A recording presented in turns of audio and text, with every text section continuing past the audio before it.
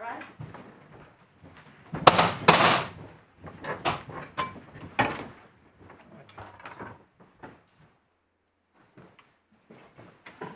The judgment has to wait and another administer. For the reasons given in the written judgment which I'm handing down this morning, this appeal is dismissed. The court will make the consequential order that has been agreed between the parties. Appeals in the matter of Avison Young Ltd and David Jackson, Mrs. Joe Moore and Great Bear Distribution Limited. Yes, good morning. My Lord, good morning. I appear on behalf of the appellant in the first appeal, Avison Young. Yes. My Lord, we've taken a somewhat unorthodox approach to court layout, which I hope is acceptable. And the respondent in my appeal is Mr. Mackenzie, who acts for Valuation Officer Mr. Jackson. Behind him is Mr. Donmore, who's the appellant in the second appeal, Miss Joe Moore, the Valuation Officer. Yes. And behind me is Mr. Kolinsky, Queen's Counsel, who's the respondent acting for Great Bear in the second appeal. Well, that's very noble of Mr. Kolinsky to demote himself to the second row. It is. I should be grateful to him and owe him many drinks, I think, my Lord. Yes, definitely. It's very kind of him. Yeah. In terms of the documents you should have, my Lords, there is a single core bundle in the first Avison Young appeal. There's a core bundle and a supplementary bundle for the Great Bear appeal. And there's a single consolidated bundle of authorities which covers both appeals. I check you have all of that. Yes, I'm just checking Great Bear. I think I've got both bundles in a single folder. I think that's the format they reach me as well, my Lord. Well, as long as they're both, everything is in there, that's all that matters. Well, it should have, I think, 18 tabs, my Lord, if that helps. With the, Yes, that's fine. That's exactly what I've got as well. No, I think you have everything, my Lord. I'm grateful. My Lords, the four of us prepared a timetable and provided it to the court. Has that made its way to It did, yes. It is. I hope that if that's acceptable to the court, we'll proceed in that way. Yes, I think we're content with that. Indeed, are grateful to you for thinking about the most sensible order and the allocation of time. I'm very grateful, my Lord. You'll see I've got rather more time than anyone else, but that's because I'm going to do the legwork on taking the court through the statutory and legislative framework, which will hopefully speed things up for everyone else. Yes, and I think we'd be grateful for you to take us not too quickly through the My Lord, of course. Through the statutory material. It's a narrow point, but the regulation is nestled very deeply in rather a complex... This legislation is daily bread for all of you, but not necessarily for all of us. My Lord, indeed. Well, I'll take the court through it slowly and steadily and point out the salient features as we go. My Lord, the issue in these appeals, in a nutshell, is this. What's the scope of the Valuation Tribunal's power to direct temporary changes to a rating list in circumstances where the hereditament and its value are different after the temporary period to what they were before it? My Lord, my appeal, the Avison Young appeal... Would you mind saying that again? Of course, my Lord. What is the scope of the Valuation Tribunal's power to direct temporary changes to the rating list in circumstances where the hereditament and its value are different after the temporary period to what they were before it?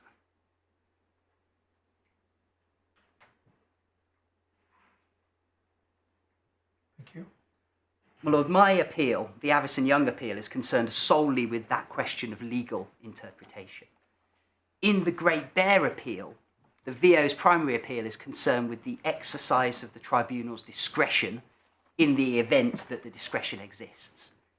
The respondent's notice from Great Bear raises the same point of principle that I've raised, as to whether, as a matter of legal interpretation, the discretion exists at all in these circumstances. My Lord, before I dive into the facts and the law, I thought it might be helpful for me to summarise the salient points I'm going to try to establish over the course of the morning.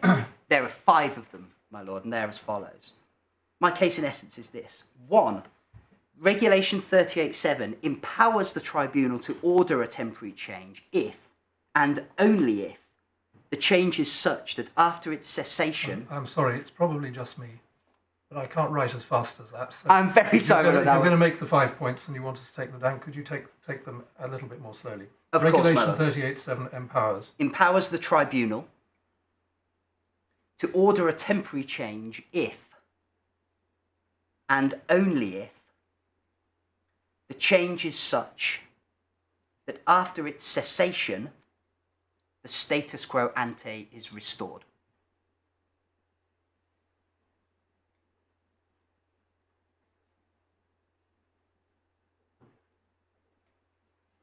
That's point one. Point two, that conclusion flows from the language of the regulation itself when it's properly construed.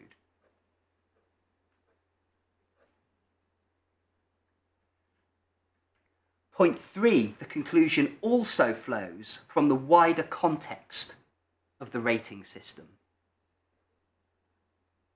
And specifically, it's consistent with the protections built into that system for ratepayers faced with changes to the list.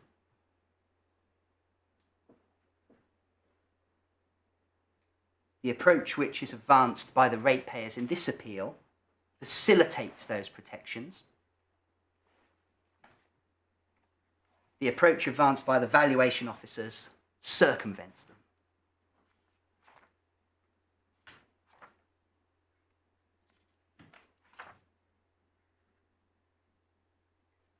Point four, the interpretation I advance is consistent with the status of rating as a tax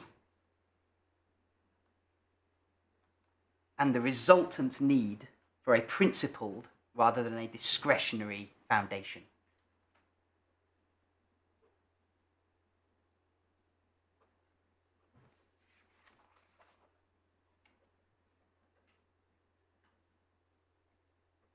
And point five, my interpretation is consistent with the furthering of the accuracy of the rating list.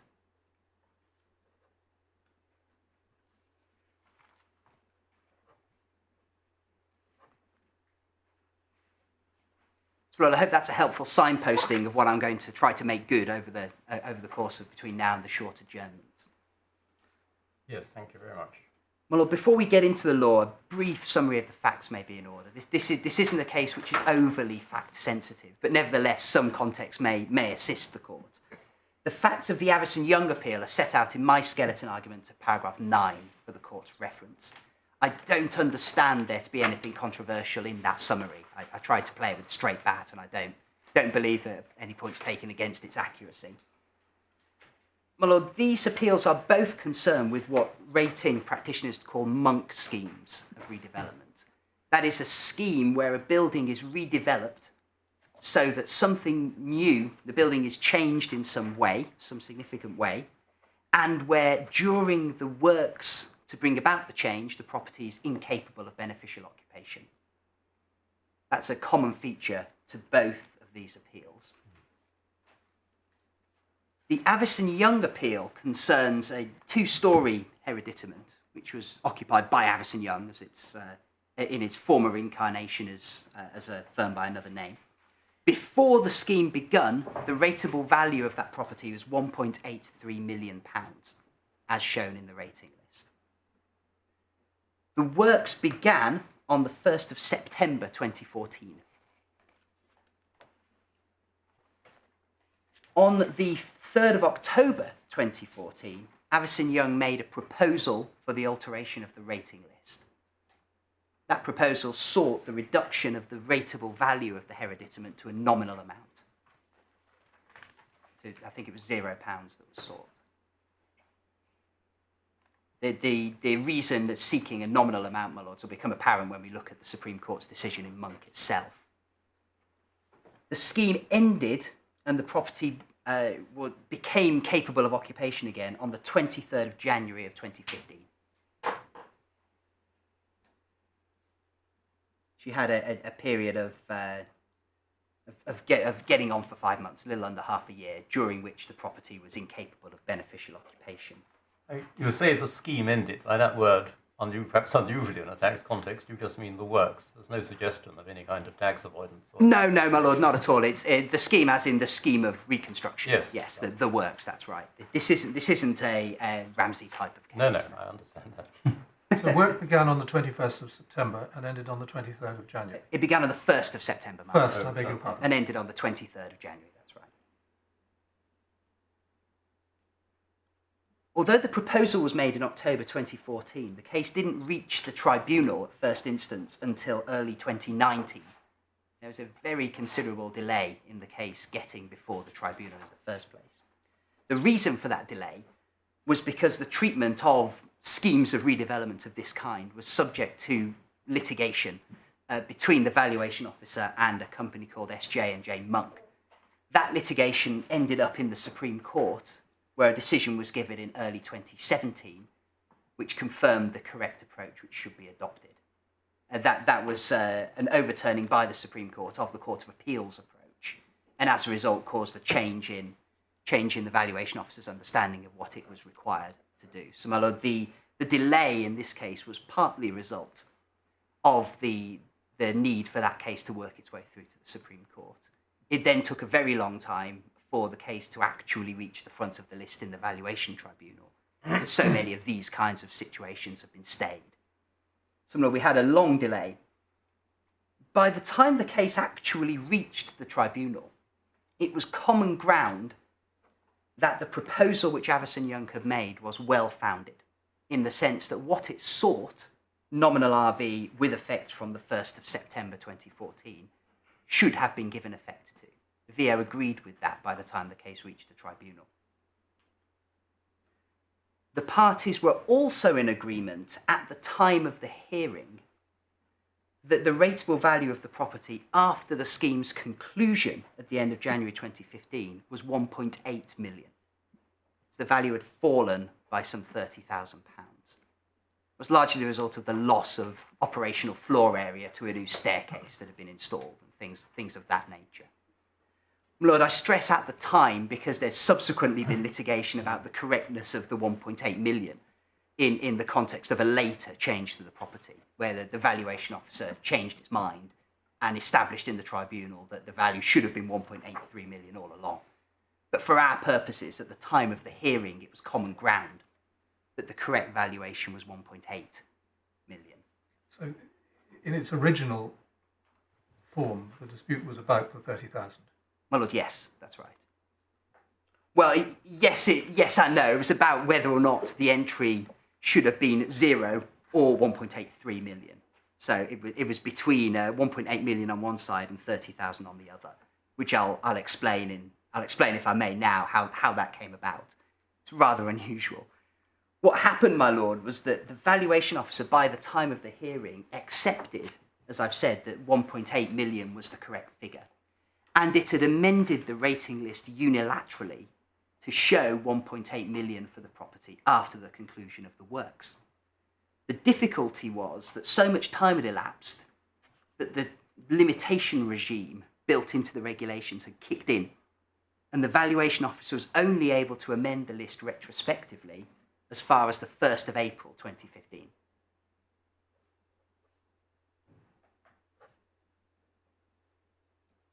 The dispute which came before the tribunal was what to do about the slightly over 2 months between the end of the scheme on the 23rd of January 2015 and the 31st of March 2015, because everyone accepted after that point the list was accurate.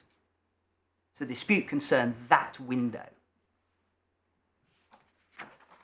Perhaps peculiarly, my lord, it was... Could you just explain again then what the competing proposals were for what was owed for that period? My lord, yes. For that period, Avison Young's case was that the rateable value in the list ought to be 0, because it had established the correctness of 0 from the 1st of September, and there was no basis to change it thereafter. Right, so it's 2 months. It's 2 months. It's 2 months of 1.8 million. My lord, there's 2 months when 1.8 million should have been in, but it was common ground. The one thing that couldn't happen was for 1.8 million to be shown in the list.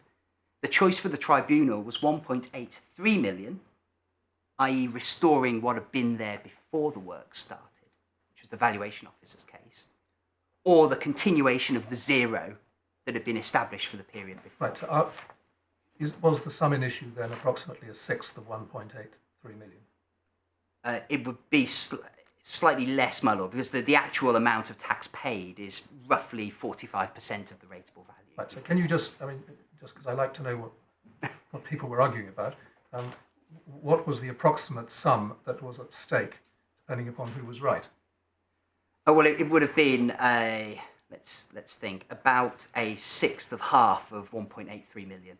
So it would have been a twelfth of 1.83 million, give or take. Right. So about 150,000 or. Blood in that region. So that's what this was about. That's what this was about. It was rather more, considerably more, in fact, in the Great Bear appeal. But I'll leave the facts of that appeal to the advocates who are appearing in it. Thank you. So say, my lord, it was common ground before the tribunal that the one thing it couldn't do was leave the list in an accurate state after the end of the works. That was common ground. The choice was between an inaccurately high valuation or an inaccurately low valuation. And that was common ground because of the narrow interpretation given to Regulation 3810, is that right? Lord, it was common ground to make ancillary directions. My lord, that's right. It's because of Regulation 3810. I understand it's now conceded, certainly by Mr. Domble, that Regulation 3810 can't be engaged in proposals of this nature. And I was slightly wondering why that is common ground. But anyway, well, my lord, it's not an issue. It's not for us to turn it's not, my lord. one. I'll show you a decision of George Bartlett, Queen's Counsel, in the Leader case in the Lands Chamber, where he establishes he says as much as anyone has ever said about the breadth of Reg 3810. Yes. And in a proposal where it's a hereditament or not, which is essentially what was at issue here, questions of valuation are beyond the ancillary power. And since the whole purpose of the exercise is to end up with a correct list, and since there has been, on any view, a period of nil, when it's not a hereditament at all, and or nil valuation is appropriate. Yes. One just wonders, looking at it as a matter of common sense, why getting the correct figure onto the list can't be treated as ancillary to the order which is made. Well, my lord, be that as it may, the Anyway. position that the parties reached was Yes. that was the one thing that couldn't happen. Yep. And it was certainly not by order of the tribunal anyway. So it's a case of what we call competing inaccuracies, my lord. Do you choose the option which favours the ratepayer or is adverse? Right. And the amount that was involved was something between 1 and 2% of the difference between 1.8 and 1.83. Lord, that's right. It was £30,000 on Right. almost 2 million. So your case was we shouldn't be made to pay 1.5% more than what we've got. My lord, yes. We should only have to pay nothing. Yes, that was our case. And my lord, as I'll seek to show as we go through, the rating regime envisages that kind of policy question being resolved in the ratepayer's favour when it arises in other contexts. So what's to stop everybody doing their building works in the middle of a year and getting a rates holiday when they're finished? Well, my lord, the reason it doesn't ordinarily work is because if the valuation officer carries out its duty to maintain the list, it can reinstate the rateable value at the end of the scheme of works with its power unilaterally to maintain the list. The only reason there was a problem here is because all of this occurred in early 2015, late 2014, and nothing was done until so far down the line that the limitation regime had kicked in. This is really a limitation issue, my lord. But the limitation lasts for how long? My lord, that's a fairly knotty question. I'll show you the regulation. In effect, the ratepayer has until the close of the list, usually, to make a proposal. Yes. The valuation officer gets a year's grace after that to amend unilaterally. And in this case, the parties were waiting on a decision in principle. My lord, they were as to the period of the works themselves. As to the period after the works concluded, the judgment in Monk had nothing to say. The dispute was about what happened between September and January when the building was undergoing works. Right, so if councils don't want to lose months' worth of rates every time somebody puts in a staircase, then they have to pounce within a year or a year and a bit? Well, my lord, it's for the valuation officer to act, yes, and the regime gives the valuation officer, as I say, a year's grace beyond what the ratepayer has to take action in. Right. So the only action the ratepayer has to say is say that it's nominal and it's going to stay nominal for the rest of this list. Well, Lord, the ratepayer doesn't have to go that far. As I'll show you, the ratepayer's proposal is tied to a single day. So the ratepayer can only address the event on a day. The event, if the list needs to be changed after that day because of subsequent circumstances, case law shows that's principally a job for the valuation officer. Yeah, but both sides can take action to recognise the change in rateable value. The ratepayer can make a proposal, the valuation officer can exercise his or her powers. The only difference is that they are subject to different limitation periods, as you have described. They are, my lord. There's another difference, which is that the valuation officer's unilateral power isn't tied to a particular date. The ratepayer's proposal is tied to a particular date. So if, for instance, there was a dispute about when exactly a property became capable of beneficial occupation at the end of the scheme, as sometimes happens, if it might have been the 20th of January or the 23rd or the 27th or the 1st of February, that's not an issue for the valuation officer. It can act on whichever date it thinks right. The ratepayer would in that situation be required to make 4 separate proposals. I think you're going to have to explain to us once we've seen the regulation. It'll be much clearer when you've seen the regulation. regulation. That seems a bit baffling. My lord, I'll show you why when we get to the alteration of lists and appeals regulations. So, I'm sorry, I'm going to have to ask this question now. I apologise. Not at all. Are you telling us that if there's a change that affects a whole year, the ratepayer has to put in 365 proposals? My lord, no, I'm not telling you that. What I'm saying is if there is a dispute or potential dispute about when a change has occurred, and this will make more sense, I sort of have to start somewhere, and this will make more sense when we look at the case law. But All right, but we're not concerned here with a dispute about when a change occurs, because in both cases, the scheme of works came to an end on a known date. Well, my lord, it ended up being common ground when the scheme of works had ended sufficiently, yes. But that's far from always the case. As we'll see when we look at colour weddings, which is a decision of the Upper Tribunal, it's not uncommon for there to be significant disputes, not only about when a scheme starts, but about when a scheme ends. It's often the subject of the tribunal dispute, whether or not the scheme did indeed start on the date which your proposal fixes, or if it started a week before or a week after. And that can make the difference between success or failure because of how proposals work. Okay. Ditto at the end of the scheme, my lord. If a ratepayer takes the view, well, we think our scheme ended on the 23rd of January, but the VO might say it was a week earlier, or it might say it's a week later, or the tribunal might take some other view. Then to protect ourselves fully, we need a proposal for each of those possible dates. And that's the only way that the ratepayer can protect itself, is through a multiplicity of proposals. The VO doesn't have that problem. Procedurally, does that require separate documents, or can you put in one document that says, we hereby make a proposal in respect of the following dates, and listing out each of the possible dates separately? And my lord, it requires separate documents. I'll show you why when we get to the regulations.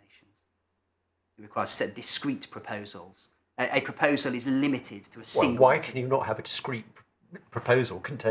set of proposals contained in one document? I don't understand that. Well, my lord, it's ordinarily because the scope of the tribunal's jurisdiction is governed by the proposal before it, which is construed as a public document. To be sure, but if you say, I am making discrete proposals in respect of each of the following dates, why does it have to go into separate documents? Well, my lord, document? My lord, the well-advised ratepayer would put it in separate documents to avoid any dispute about the validity of its proposal, because that's the sort of point that would be taken against a ratepayer at the valuation tribunal. Say you've got an invalid proposal, it's all in one document, and it raises multiple dates.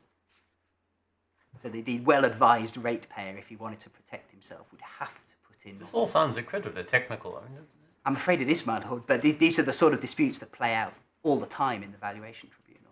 I can show you an example of one that's in the bundle when we get there, the York Museum's case, where the list was deliberately left in an inaccurate state because the valuation officer objected to the scope of the ratepayer's proposal. Well, while we're on technicalities, does it make any difference if what the ratepayer seeks is a reduction to a nominal amount or deletion from the list? My lord, in my submission, it makes no difference. They are substantively the same point expressed through different forms. That the Upper Tribunal said as much below. Well, I was rather hoping that might be the answer, but in view of what you've been saying, I was a little worried. Well, my lord, I certainly hope it's the answer. It's my answer, my lord, and I'll show you why that's the answer when we look at Monk. The difference is one of administrative convenience rather than legal or valuation principle. There are examples of cases which have been deletion cases and cases like mine. Well, again, I'm puzzled because I thought what the Supreme Court said in Monk was the whole point of the administratively useful device of reduction to nominal value for a period was to avoid the need to take it out of the list and put it back in again. But well, my lord, no doubt you will tell me I'm wrong. My lord, that's right. That is the point. That was the administrative advantage of which suggests that there is a difference. Well, my lord, there's a difference in terms of the thing remains in the rating list so that it's less likely to get lost subsequently. In terms of the outcome for the ratepayer as to the quantum of tax paid globally, my lord, it makes no difference because an RV of £1 in terms of the liability which arises from it is indistinguishable from there being no hereditament at all. Yep. So in terms of the bottom line for the taxpayer, it doesn't matter. Yep. It may have, there are some procedural wrangles which can arise depending on the avenue that's gone down. Okay. I hope that makes sense there, my lord. Perhaps it's a good moment to get into the legislation so we can see how some of these complexities actually arise. And for this, my lords, we'll need the authorities bundle. Thank you. We can begin with the parent statute, which is the 1988 Act. And not much turns on the provisions of these statutes. Do you want to see them anyway, or would you like me just to summarise what they say as far as is relevant to us? I mean, your hands, my lord. I'll definitely show you the actual regulations. Well, I think if you could just quickly refer us to the particular sections that might be useful. Of course, my lord. So we start at tab 1, first page behind tab 1. Yes. We have section 41 of the Local Government Finance Act, 1988. Yep. And you'll see section 41(1) says, in accordance with this part, the valuation officer for a billing authority shall compile and then maintain lists for the authority. Yep. So this is the source of the duty to maintain the rating list. It is now extremely well established and not in dispute that the obligation to maintain a list means to maintain an accurate list. One would think that would be a point that would be obvious, but there has in fact been a dispute in the Court of Appeal about that. Happily, the Court of Appeal says it's an obligation to keep the list accurate. We go over the page, my lord, we have section 42. Section 42 is concerned with what the rating list has to show. You'll see section 1 must show for each day in each chargeable financial year each hereditament which fulfills a series of qualifications. Qualifications are things like being in the right area and not being a house, yes, for instance. So the underlying basis of the whole scheme of rating is it's a tax imposed on a day-to-day basis. It's a daily tax, my lord. A daily that's right. tax, yes. It is now. It wasn't before 1988, and some of the case law retains the flavour of an annual tax, but it's undoubtedly a day-to-day tax now. Yes. Thank you. Section 42(4), while we're here, tells you that while the hereditament's in the list, it has to show the rateable value.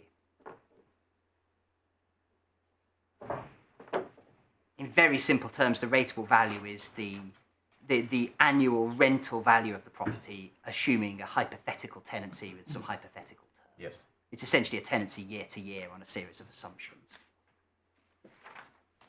Over the page, my lord, we get to the first of the two sections of the statute which actually impose rates liabilities. Section 43. This imposes liability on a person where they fulfil a series of conditions.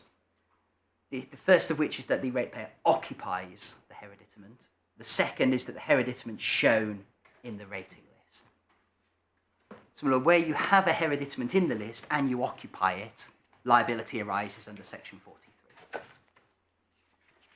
The amount of the liability, broadly speaking, is the rateable value multiplied by a universal multiplier set by central government, which is slightly under 0.5. So you ordinarily pay slightly under half the rateable value per annum as tax.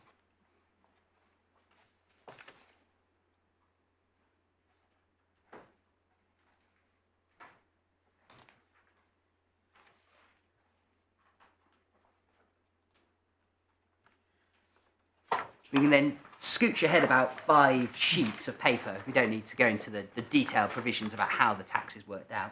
We then get to section 45.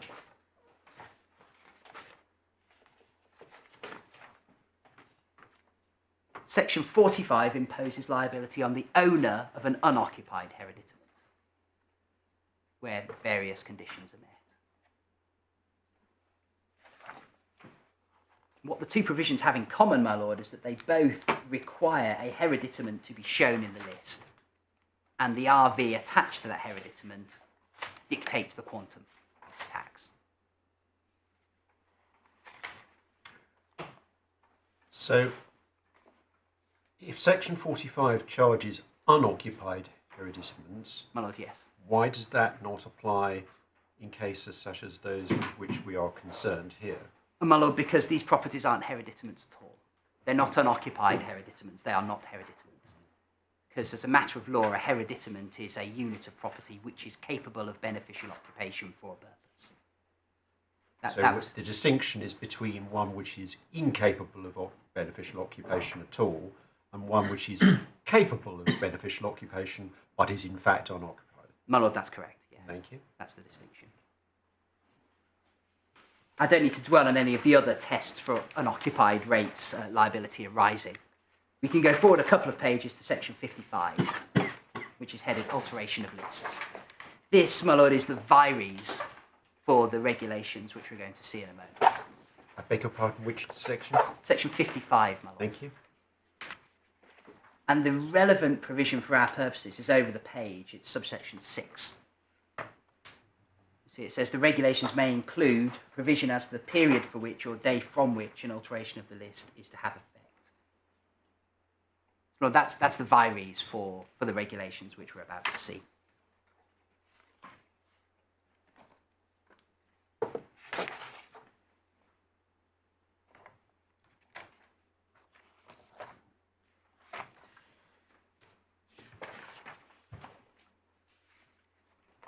We can then go on, my lord, to the, well, it's about 3 sheets back from the end of tab 1, headed para 2 in bold.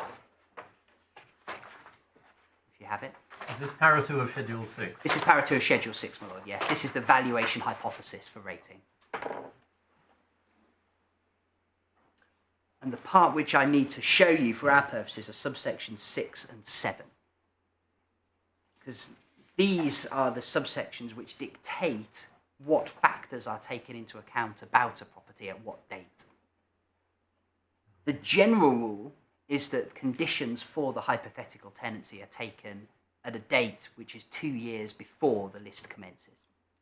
So in the 2017 list at the moment, the valuation date is the 1st of April 2015. The factors such as the state of supply and demand in the market and so on are taken at that date. What subsections 6 and 7 do is establish a series of factors which are not taken at that date, but are taken at a date called the material day. Those factors are listed at subsection 7. They include the physical matters affecting physical state, physical enjoyment of the hereditament. They include its mode or category of occupation. They include the physical state of its locality. They include the use or occupation of other premises in the locality.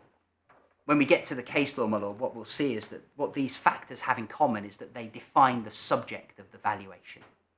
These are matters which go to the res, is the way the case is put it. And what the hereditament is taken at the material day. Everything else is taken at the valuation date.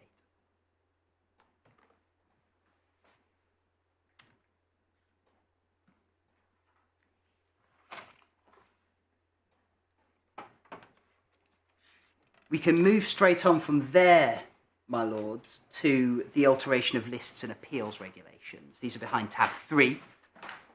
And these are the regulations which create the mechanisms for making proposals by ratepayers to challenge the rating list. They also contain, as we'll see, the limitation periods and how they work.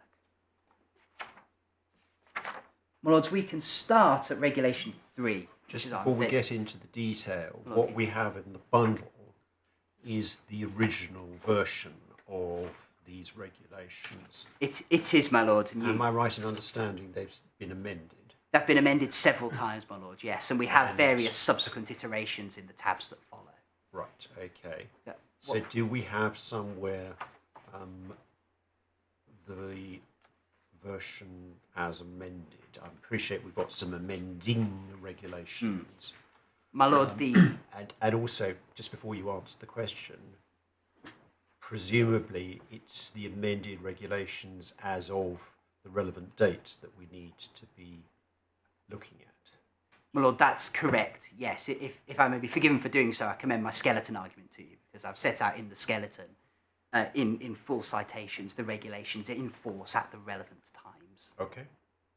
I looked to my learned friend, Mr. Mackenzie, I don't think there's any dispute about any of those. Mr. Mackenzie, I think, has been through the same exercise and they all tally. Okay. For the purposes of showing what I need to show now, these regulations are correct as at the relevant time. If I begin, my lord, at regulation 3, which on page 14 in the big numbering at the bottom. And regulation 3 sets up some definitions. The one I want to show you is material change of circumstances. That means a change in any of the matters mentioned in paragraph 2.7 of Schedule 6 to the Act. So those were the factors we looked at just a moment ago. For convenience, if it's acceptable, I'll call them the reality factors, which is a term often used in the Upper Tribunal for those factors.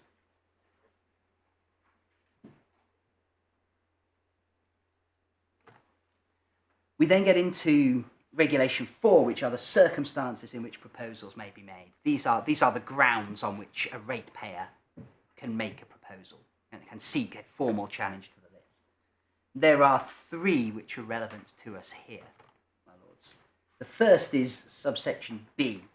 The value shown in the list for a hereditament is inaccurate by reason of a material change of circumstances which occurred on or after the compilation of the list. That's the ground on which my appeal arises. So there's been an MCC, there's been a change in a reality factor.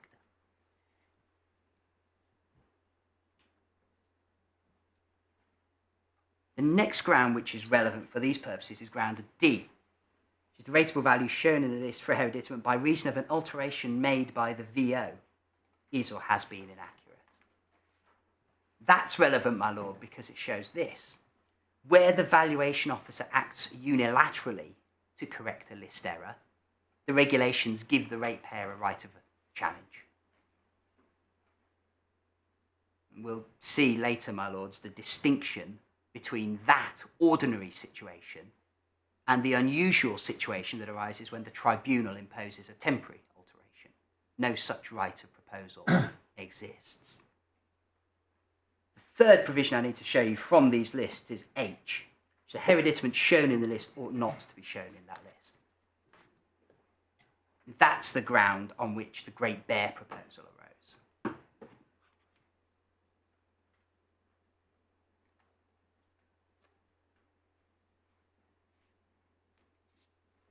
We then get to the bottom of page 15, Regulation 4, subsection 3, which is the provision which I promised to show you when I was explaining why a proposal can't raise multiple issues.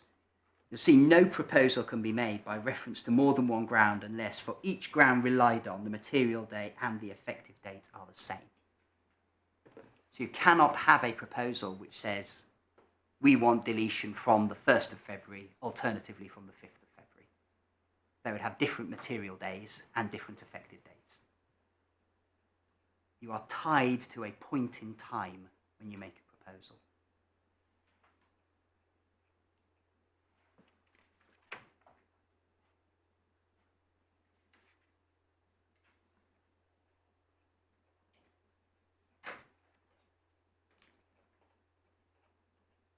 Well, I still share my lord's perplexity at why one can't make proposals in the same document. I mean, maybe advantages and disadvantages of doing it, but looking at the definition of proposal and so forth, there's nothing that suggests, is there in this that they have to be in Well, my lord, separate documents?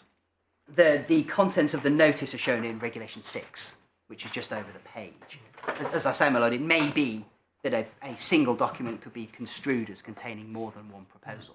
Well, But particularly if it says, here are our 3 proposals.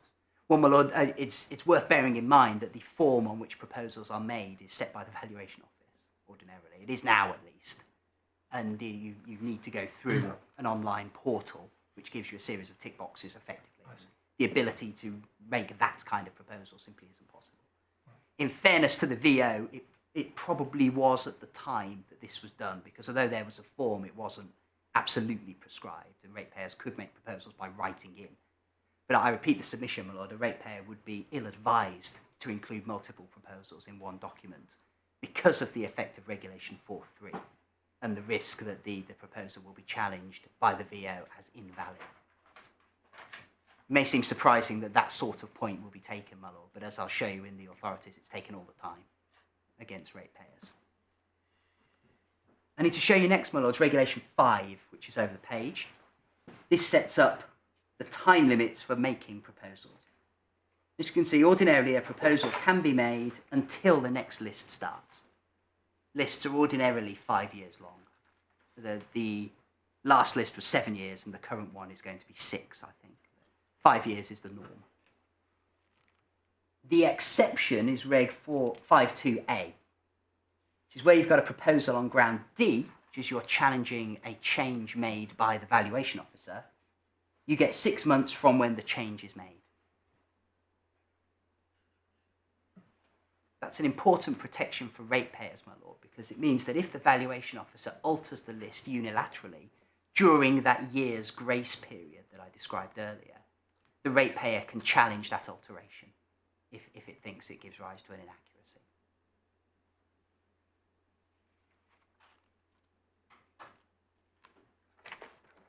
The next regulation I need to show you, my lords, is Regulation 10, which is on page 19. This deals with what valuation officers have to do faced with a proposal which the VO regards as well-founded.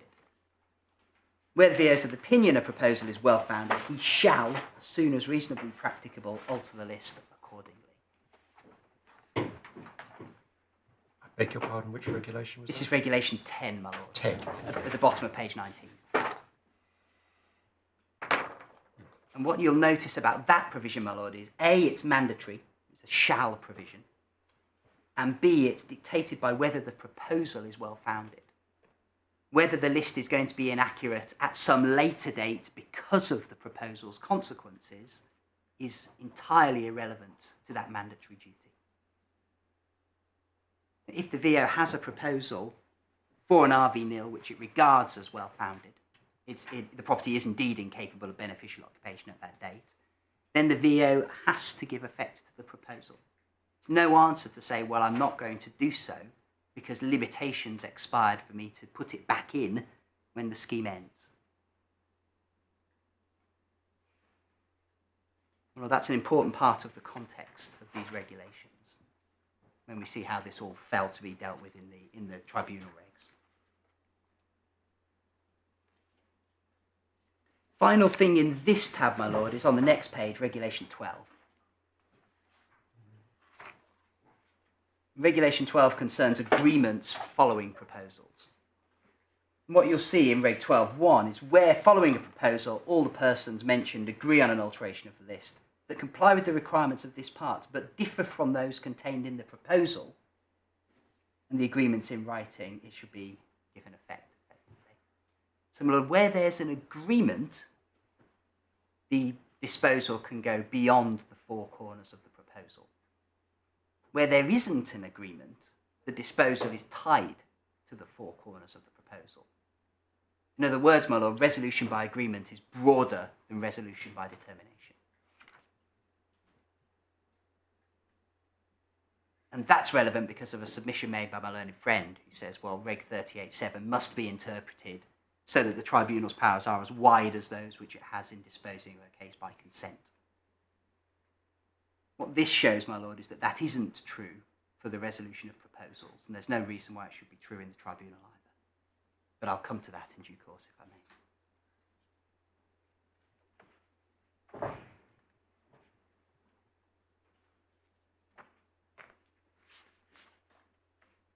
My lord, we can jump ahead then, if I may, to tab 5. A couple of pages into tab 5, we have... Sorry, just before we go, Oh, dear. is regulation, I thought paragraph 13 might be relevant, where there's disagreement as to proposed alteration. my lord, yes, forgive me, that's the provision which automatically refers the matter to the tribunal in the event of disagreement. Okay, thank you. The regs don't work that way anymore. The Oh. ratepayer now has to appeal since 2017, but we don't need to worry about that for these purposes. But I mean, at the relevant times, this was the provision in force, was it? My lord, that's right, yes.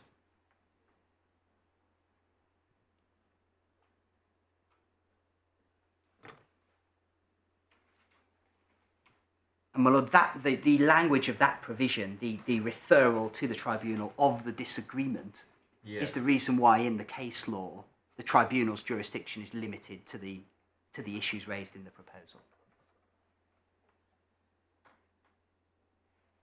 That's uncontroversial, I think, but I can show you the authorities if it would assist. But that's the hook that the cases use to confine the tribunal's jurisdiction in the way that it is. Thank you.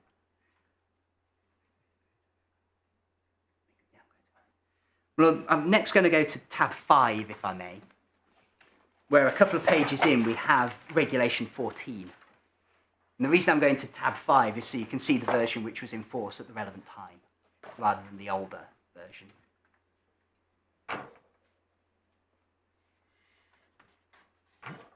Well, look, this is a rather convoluted series of limitation provisions. The reason it's so convoluted is because the list in question, the 2010 list, was scheduled to end in 2015. But a policy decision was taken by central government to extend the list by 2 years.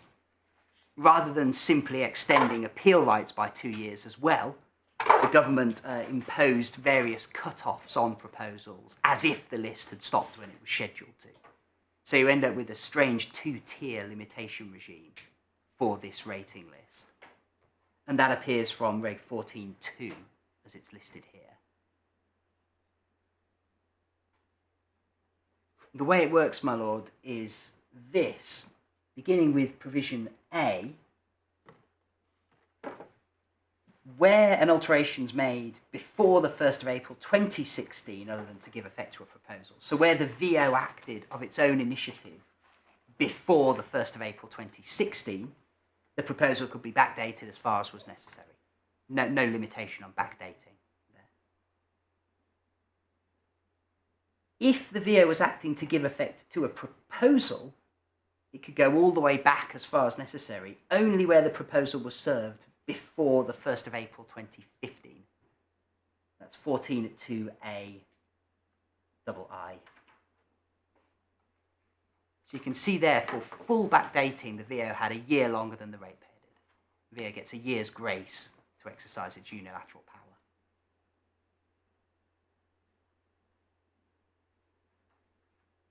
If the alteration was made by the VO unilaterally on or after the 1st of April 2016, it could be backdated only as far as 2015, the 1st of April 2015. That's subsection 2b.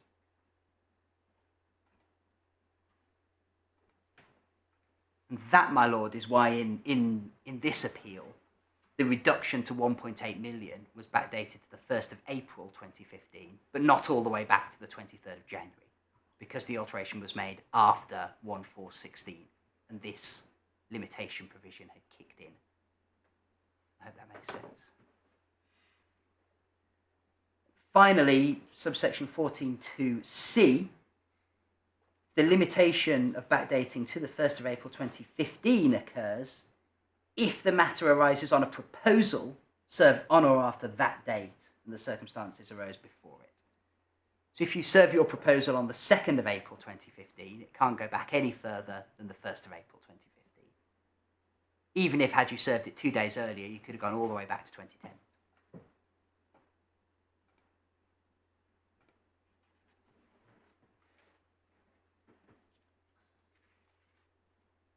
My lord, it's these provisions which, in this case, gave rise to that window of inaccuracy, as it were, between January and April 2015, because the VA's power unilaterally to put things right had expired.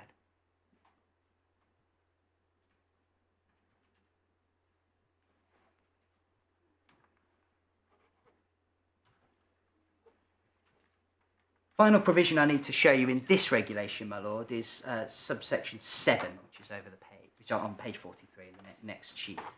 An alteration made to correct an inaccuracy, other than one arising from ratepayer default, which increases the rateable value shown in the list, shall have effect from the day on which the alteration is made. In other words, if the rateable value is inaccurately low, the valuation officer cannot retrospectively increase it.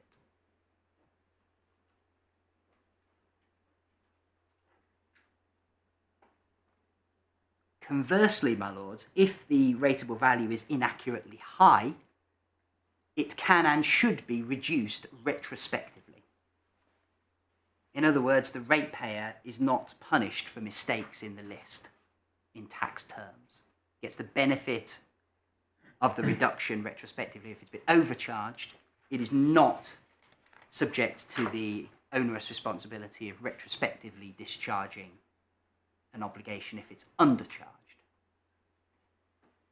So, my lord, there is an asymmetry built into the regulations depending on whether or not the ratepayer is adversely affected. And that, I say, is highly material to the correct approach to the regulation at issue.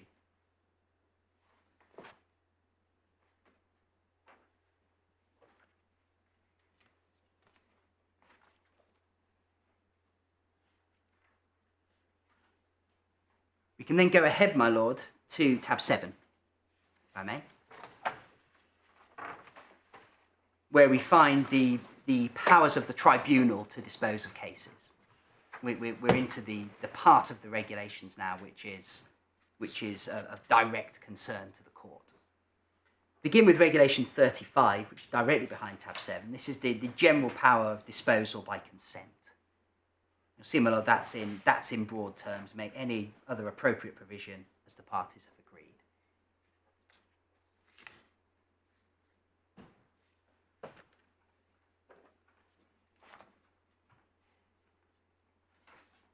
Over the page, my lord, we get Reg 38. We can ignore the first 3 subsections, they're concerned with council tax. We begin at regulation 38.4, which is after dealing with a non-domestic rating appeal.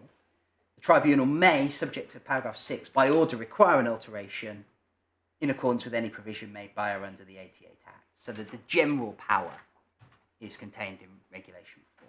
So this is the version in force from 27th of March 2018. Is this relevant? My lord, that's correct. It's materially identical for our purposes to the version that was in force at the time. The only difference is I think that NDR appeal was a new name for, I think it used to be called a Regulation 13 appeal or something like that. But for our purposes, these can be taken as the version of the regulations in force. Once again, my lord, I commend my skeleton argument to you for the precise wording of the version in force at the time. We're looking at tab 7, are you? Tab 7, my lord, yes. And we're considering regulation 38. That's right, my lord. Regulation 38.4 specifically, which is the general power of disposal. Yes, I'm sorry, I'm working from an electronic version. Do you have the page number in the bundle? Oh, I'm afraid I don't, my lord. I'm working hard copy only. It's the... do you have tab 7 bookmarked? I hope you should. Yes, I do. It's the second page behind tab 7, my lord.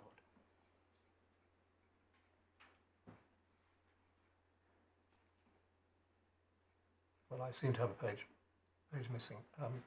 I've got section 35, which you've already taken us to. My lord, it should hopefully be the page after that. Right, and which sub-regulation? Sub-regulation 4.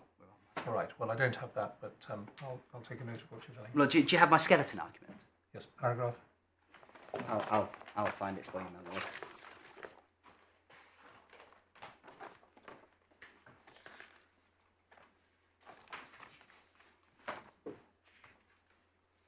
we are in make sure I get this right for you. Paragraph 13 of my skeleton, my lord. Gives you all the provisions I'm going to take you through. Thank you very much. That's helpful. I'm grateful. And I was right, my lord. The version at the time called an NDR appeal an appeal under Regulation 13 of the regulation. So it was a name change, but nothing substantive. Sub-regulation 5 repeats the protection for ratepayers we just saw in the alteration of lists and appeals regulations. Where it's decided a disputable rateable value should be the amount greater than the amount shown in the proposal or the amount proposed by the appellant, the VTE must order the VO to alter the list with effect from the day on which the VTE made the decision. In other words, no retrospective increases.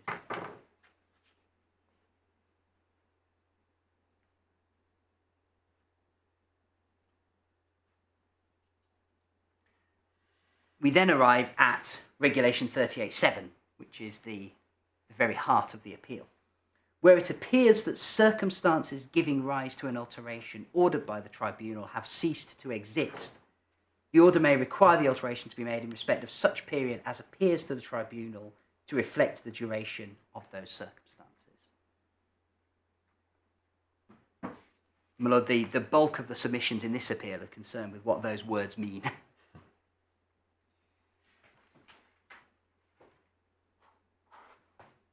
So, my lord, unless there are any questions on the legislative framework, I think those are all the relevant provisions I need to show to the court. Well, perhaps we should just look at 10, because I raised it earlier. My lord, indeed. The ancillary provision. My lord, quite any matter ancillary to its subject matter to be attended to. Yes. That would ordinarily cover things, for instance, in a monk case where the RV's been reduced to £1, the description of the hereditament would be changed to building undergoing reconstruction rather than office. Yes. That's the sort of thing, my lord, that 3810 is usually deployed in furtherance of. When we get to leader, we'll see why it isn't deployed for changes to the RV. Yes. Thank you. So unless there's anything else on the, I hope the court's better informed about the structure. Whether things are any clearer or not, I don't know. It's a messy set of regulations in many respects, but that's the material which the legislator has given to us to work with. In terms of the case law, my lord, I think I better start with Monk briefly, so that the court can see the way in which all of this arose in the Supreme Court. Monk's at tab 9. No, forgive me. No, it's not. It is much further in. It's at tab 18. I'm so excited to show you leader. I opened it inadvertently, but I shall save it for later. Well, this case concerned a property called Avalon House. In essence, it was a scheme of reconstruction. Avalon House had been stripped back to essentially a bare shell. Various small works had begun, like laying out the locations of the new toilets and so on. But at the material day, it was stripped back. It was incapable of beneficial occupation. The ratepayer sought a nominal RV to reflect the fact of its incapability. The VO resisted that successfully in the Court of Appeal on the basis that the property should be treated as an office in disrepair rather than a building undergoing reconstruction. And offices in disrepair, there's an assumption in the rating hypothesis that properties are in a state of reasonable repair. So the VO's case was that the works could be ignored. They were caught by the repairing assumption. The Supreme Court held that that was an incorrect approach, and it did so by reaffirming the fundamental nature of what it calls the reality principle. I'd like to begin there, if I may, my lords, which is paragraph 12 of the Supreme Court's judgment.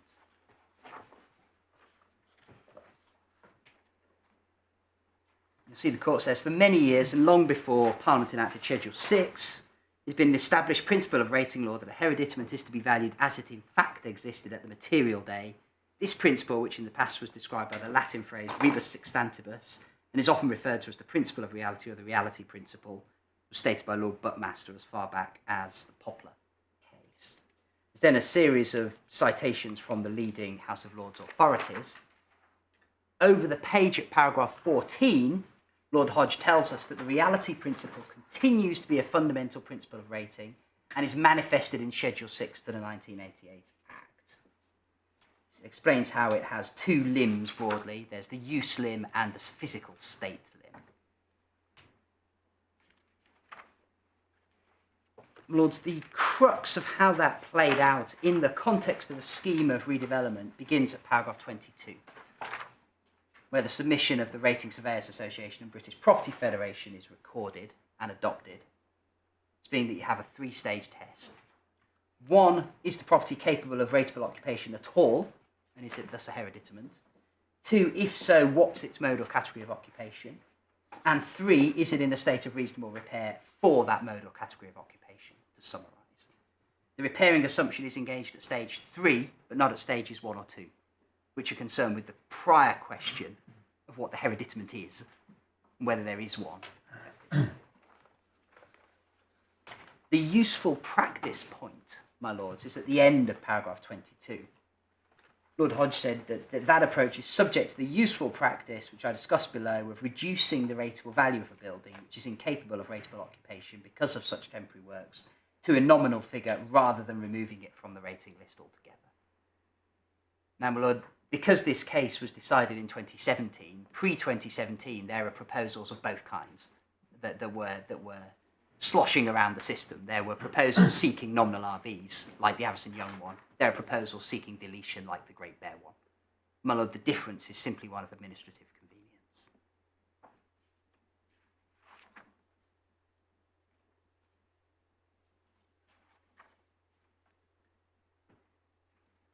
My lord, I'd like to show you next, if I may, the Canary Wharf case, which clarifies how the Monk approach works in practice. This is at tab 20. This was a case about a series of floors of the main Canary Wharf tower. And the valuation officer's case was that effectively that Monk had created a limited carve-out from the general rule that you assume things to be in repair. And that there was a prior question of whether the property was under reconstruction before you even got into the Monk analysis. It was said by the ratepayers in that case that the starting point was capability of beneficial occupation. If there wasn't capability of beneficial occupation, there was no hereditament and nothing for the repair assumption to bite on, if I can take it at a canter. Lord, the Upper Tribunal deals with that from paragraph 35, the sideline passages. It rejected the suggestion that there was this exception. It said that the logically prior question of whether the property is capable of beneficial occupation at all and thus whether it's a hereditament at all arose. Paragraph 36, if premises are not capable of beneficial occupation, they're not a hereditament, then the only basis they can be on the rating list is the useful practice. I'll summarise. Paragraph 37, the VO's acceptance in the case the appeal property is not capable of beneficial occupation is therefore the beginning and the end of the appeal. My lord, there's one more case on Monk, which I hope will assist because it shows the way that schemes of reconstruction are assessed in practice, where you've got a scheme which, as most of them do, proceeds in a series of stages. That, my lord, is tab 21, the Colour Weddings case. This concerned a former warehouse which was being turned into a wedding venue. And the parties had divided the scheme of works which was at play there into a series, I think it was 5 stages, each stage of which contained different aspects of the scheme of construction through time. The approach which the Upper Tribunal took, and which is relevant to our appeal, is seen at paragraph 32. This is the point of principle which the Tribunal set for itself, which it then follows through in the remainder of the decision. What paragraph 32 says is this. It says the simple issue in this appeal is whether the date of the 1st of August 2015, that was the material day in the proposal, is a correct statement of the date from which the property came to be under reconstruction. To put the question in a different way, at what date was the property first rendered incapable of beneficial occupation as a result of works to convert it from a warehouse to a wedding venue? In other words, my lord, the analytical focus is on what's physically happening to the building through time. Not enough to say the scheme has started. Not enough to take the scheme as a whole. I have to say, as the works proceed, at what point has the property's physical state become one which is no longer capable of beneficial occupation? When you reach that point of tip over, the physical state loses its capability, that's the point at which the nominal RV kicks in. But for our purposes, my lord, the focus which the tribunal manifests throughout this decision and sets out in principle at paragraph 32 is on the changes in physical state which occur over time.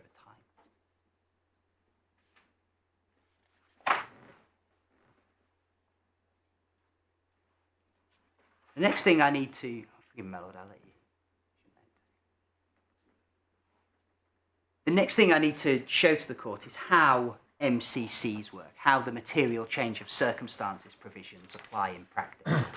It's a large plank of the case below, of the decision below that's under appeal, and a large plank of the valuation officer's case against me is that I'm taking an unduly technical approach to what circumstances means when Regulation 38.7 talks about the circumstances giving rise to the alteration ceasing to exist.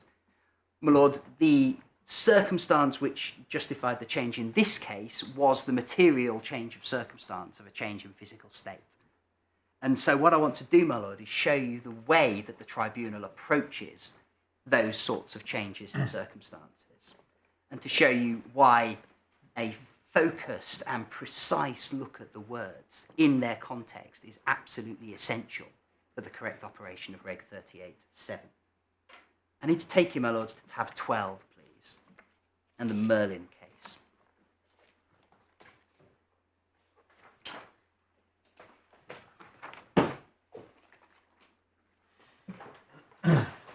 Merlin concerned a proposal to reduce the rateable value of the Alton Towers theme park. The proposal was made following a crash on a ride called the Smiler, which resulted in some very serious injuries to a number of young persons. The ratepayer Alton Towers sought a reduction in its rateable value to reflect effectively the loss of footfall of the property arising from the unattractiveness of that sort of venue to the public following the accident. But in broad terms, that was the dynamic at play.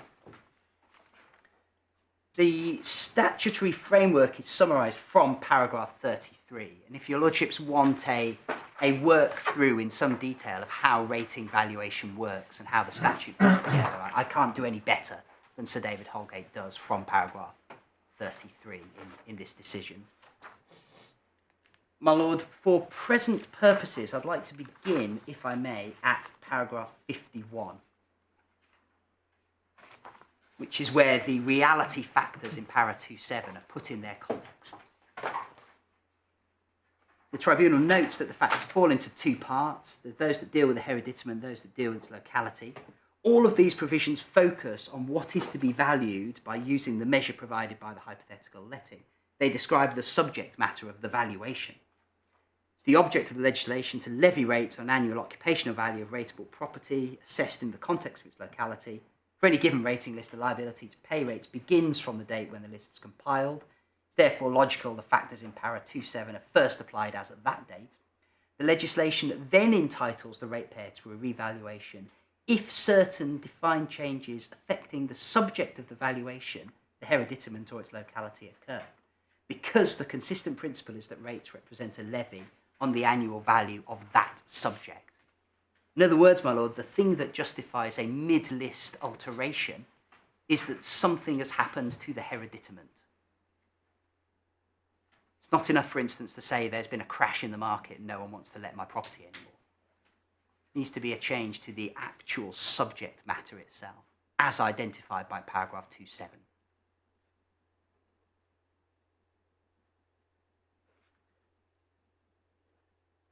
The tribunal goes on to note in the final sentence, the principle underlying the Act is that changes in the subject matter of the valuation after the compilation of the list are taken into account, but always by reference to values subsisting at the same point in time, the antecedent valuation date, which is 2 years before the list starts.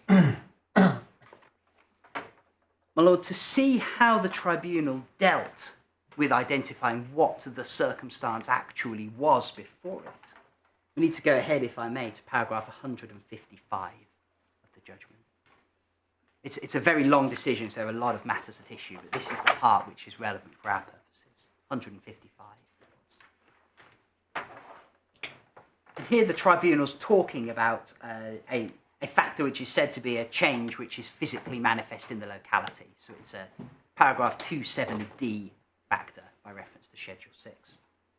Tribunal says this: in many instances it's obvious whether a matter affects the physical state of a locality or is otherwise physically manifest there. But sometimes it may not be clear at first sight whether a matter which is physically present in a locality has anything to do with its characteristics. In such cases, it's sometimes appropriate to examine what's caused or led to the physical change as an evidential tool. Going on here, the appellant relies upon a reduction in the level of traffic in the locality of Alton Towers.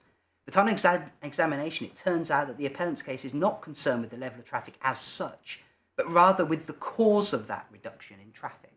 In other words, the change in public attitudes. So, my Lord, the Upper Tribunal was astute to distinguish between the actual change and the consequences of the change. One is capable of being an MCC, the other is not. One can be a circumstance justifying an alteration, the other cannot. My Lord, we see that expanded on in paragraph 158. No doubt, para 27D changes such as these may also produce consequential changes, for example, in footfall or traffic flows on particular roads in a centre, and these may be taken into account in any valuation which the legislation requires to be carried out. But it seems to us that it is likely to be misleading or unwise to focus on a change in footfall per se as a para 27D factor. Such a change may have nothing to do with any physical change in the state of the hereditament or its locality, or in services, facilities, amenities, or other matters physically manifest. Changes in footfall may simply be the product of changes in economic matters, which are not themselves physically manifest, such as changes in unemployment or spending power. And it goes on. It's plain from the statutory framework that Parliament intended that matters of that kind be taken into account in the quinquennial general revaluations at the AVD, and not as at the date when the list is compiled or the date of any subsequent alteration.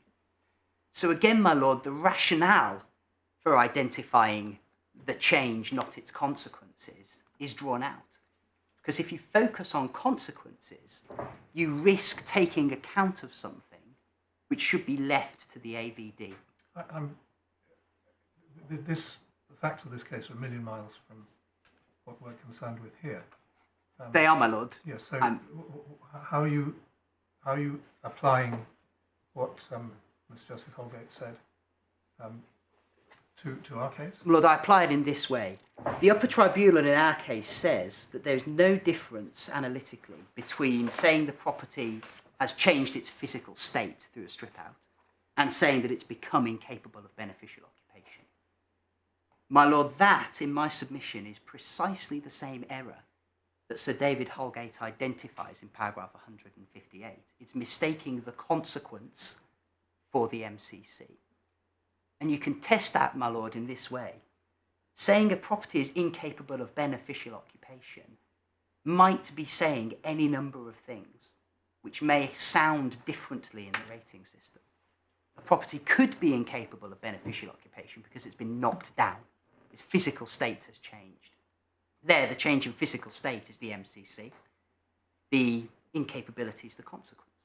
It may be incapable of beneficial occupation because nothing has changed in its physical state, but, for instance, the local council has issued a prohibition notice under some kind of health and safety legislation which prohibits occupation.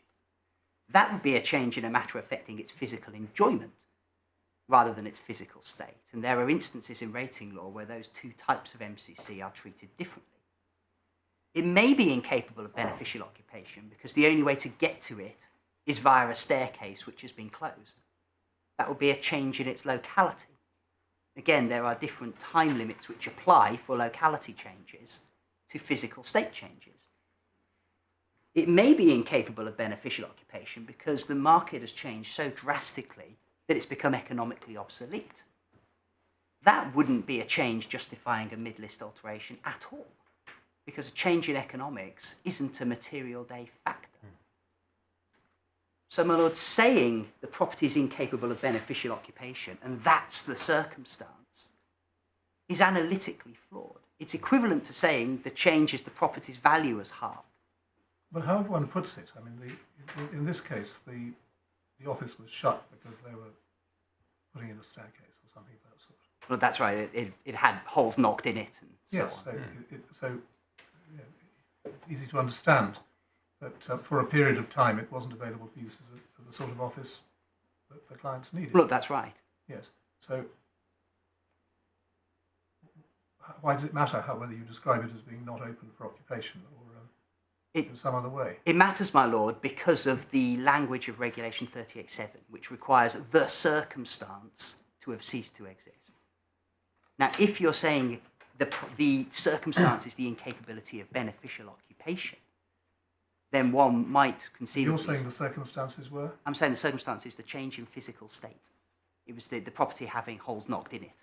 The physical state is the thing from the paragraph 2.7 list which changed. Does a demolition cease to exist when you build something new on the site? My submission, no, it doesn't. It's linguistically inaccurate. The circumstances in this case were the building works.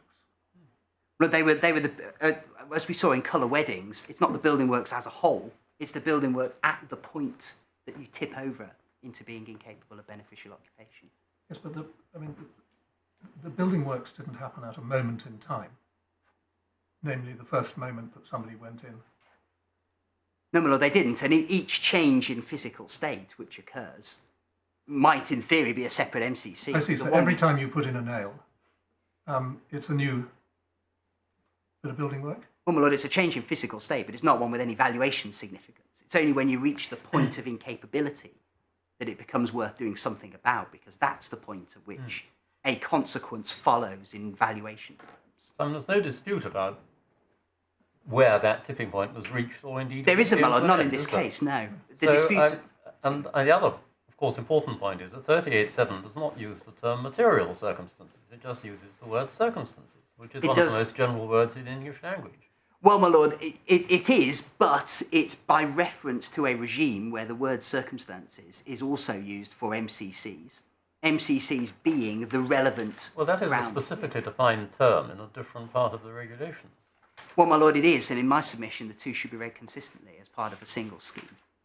Well, in that case, why didn't the draftsman use the same terminology? My lord, because there are circumstances which aren't MCCs which would also justify a list change. We'll see that when we get to Arnold and Deering. Sometimes a hereditament can cease to exist because part of it's been sublet. So there's a change in its legal arrangements. That would be a circumstance altering the list, but it wouldn't be a listed MCC. So, my lord, the draftsman couldn't refer directly to MCCs, but it is significant that the same word was used.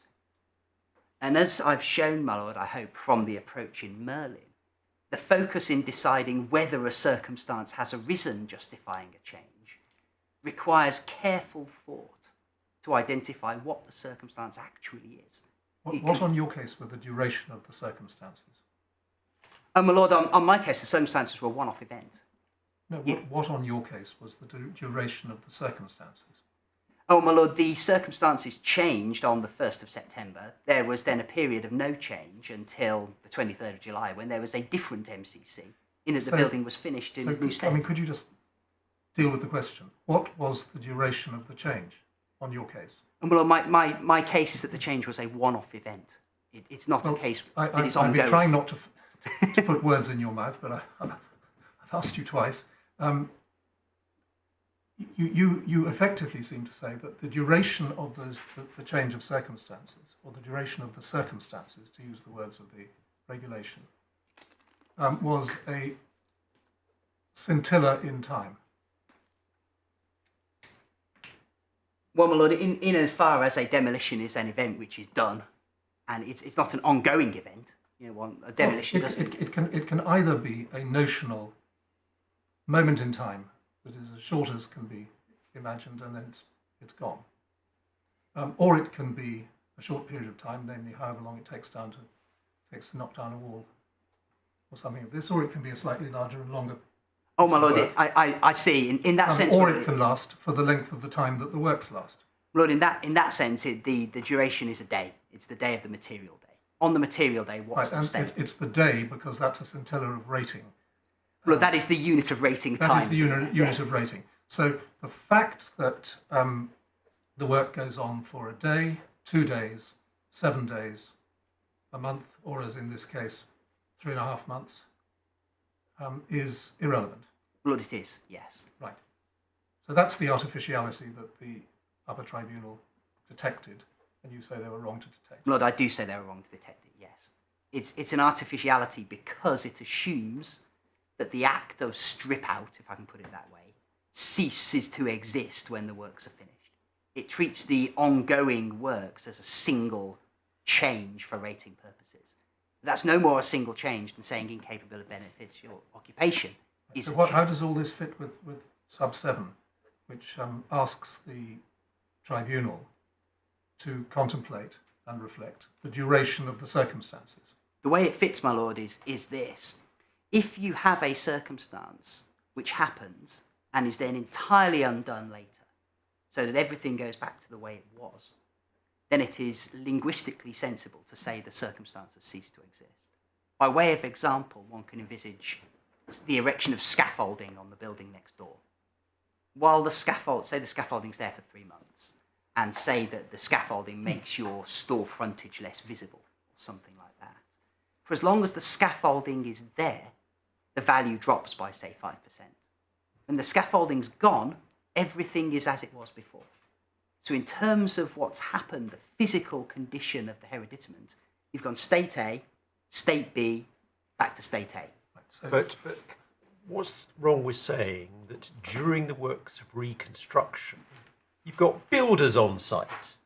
And it's the fact that you've got builders on site which mean that the property is incapable of beneficial occupation. At the end of the works, the builders are no longer on site.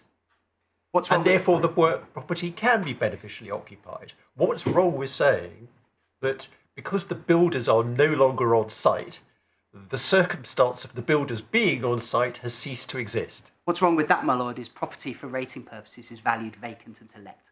So the presence of persons on site isn't a relevant matter.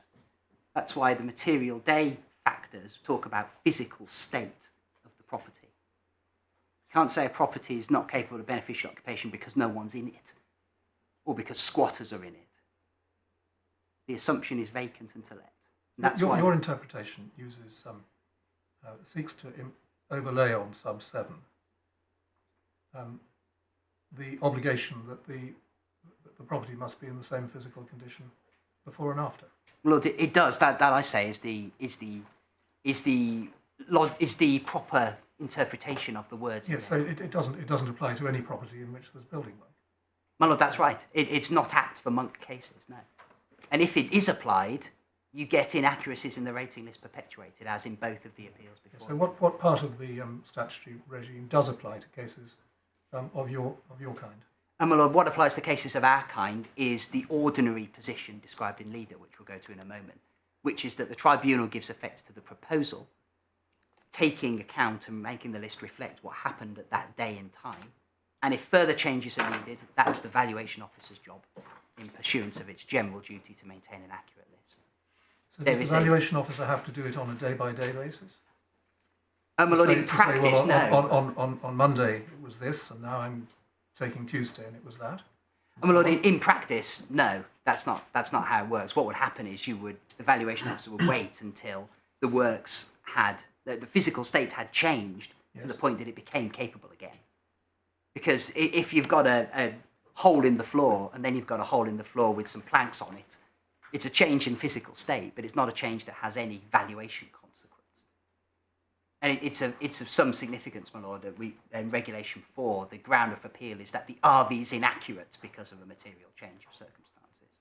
So not every material change gives rise to the need to do anything to the list. It's only ones that sound in valuation. And that's why it doesn't matter what happens while the building's incapable of occupation. It doesn't matter that you've knocked down 3 walls and then you knock down the 4th. What you wait for is the point at which it becomes capable again.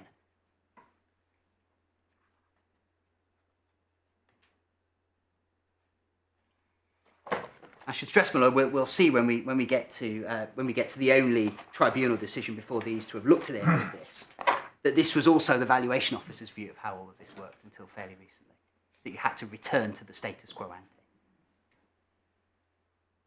And my lord, an interpretation which returns to the status quo makes sense because it furthers the accuracy of the rating list. If you have a change of the kind I've described, scaffolding erected, which while it's there takes 5% off your value, and when it's gone everything goes back to the way it was, then to exercise Reg 38.7 makes the list more, not less accurate. Because the idea of the circumstance ceasing to exist makes sense there. The circumstance ceases to exist. The justification for the change ceases to exist. You've gone A to B to A. In a monk case, because you're redeveloping a building, you will inevitably go from A to B to C. And that was the case in both of these properties. The condition of the property at the end of the scheme was different, materially different in its physical state and its valuation to the condition it was in before the scheme started. And where you've gone A, B, C, the notion that the circumstances justifying the alteration have ceased to exist doesn't work. You've replaced one change with a different change. The first one hasn't ceased to exist. It's been superseded by a second change. And if you treat Reg 38.7 as applying in that situation, the tribunal is facilitating inaccuracy. Because it can only go A, B, A using Reg 38.7 when it needs to go A, B, C. Reg 38.7 is not a tool for facilitating inaccuracy. It shouldn't be, in my submission. Nor is it a tool for circumventing the consequences of the VO missing the limitation window. This isn't an alternative to acting within time. Every lawyer knows that if you miss your limitation window, it doesn't matter how good your case was. It's the nature of limitation that sometimes you can't do things that should have been done. What's being done here is Reg 38.7 is being used to avoid that ordinary consequence.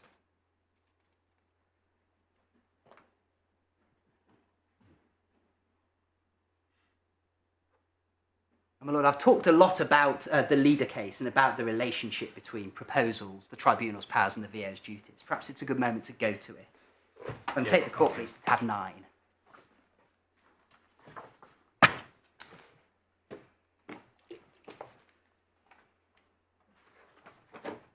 Leader was a decision of George Bartlett QC, who's the president of the tribunal at the time, very, very eminent rating expert. This case concerned a computer centre, and the proposal was for the deletion of that computer centre on the grounds that it had become obsolete. The tribunal considered both the scope of the proposal and the ordinary operation of the regime, and it begins doing so at paragraph 13. You see, my lord, Mr. Bartlett says this: the first issue that arises is on the scope of the proposal that's led to this appeal. As I've said, the appellant seeks the deletion of the hereditament or alternative reduction in its RB. The VO says it's not open to the appellant to contend for a lower rateable value, and that the tribunal did not have the power, nor does this tribunal have power, to direct that a lower value be inserted. Then sets out some provisions that are relevant. Paragraph 16, he notes that the duty of the VO is to give effect to the proposal if he considers it to be well-founded, or otherwise to refer the matter to the tribunal on appeal. It's then consideration of the detail of the proposal before him. The particular passages I'd like to show to the court begin at paragraph 19, if I may. The tribunal says this: the purpose of requiring the alterations proposed should be identified, and the reasons for the alteration should be specified, So the VO is able to deal with the proposal in the way that he's required to deal with it under the regulations. And then talks about the specific proposal in front of him. Paragraph 20, the ratepayer contended the VA would have been able to alter the assessment pursuant to the proposal and exercise the power under Rule 44.7. That's the predecessor, my lord, to Reg 38.10, the ancillary power. And the court says the VA rightly rejected that contention. An alteration of the assessment pursuant to a proposal to delete the hereditament from the list would not be a matter ancillary to the subject matter of the appeal. It would be a separate principal course of action that could only be based on the consideration of evidence and arguments different from those of relevance to the issue of deletion. Well, that is of some significance in this case. Because of the material day provisions, the ratepayer's evidence on a proposal will be directed to the point at the start of the scheme when the property ceases to be capable of beneficial occupation. For Reg 38.7 to operate in the way the valuation officer says, the tribunal is going to have to concern itself with evidence about what happened at the end of the scheme. It's analogous to the principal course of action identified by Mr. Bartlett as being inappropriate for the ancillary power. I say it's as inappropriate under Reg 37 as it would be under Reg 38.10. Here, my lord, we get that paragraphs 21 and 22 to the ordinary course of dealing, as it were, with the content of the rating list. In a case like the present, where a ratepayer is simply seeking deletion on the grounds the hereditament is incapable of occupation, it would be open to the VO, if he accepted the correctness of the proposal, to insert in the list a fresh entry relating to the hereditament in the event he took the view that it was capable of beneficial occupation for some other purpose.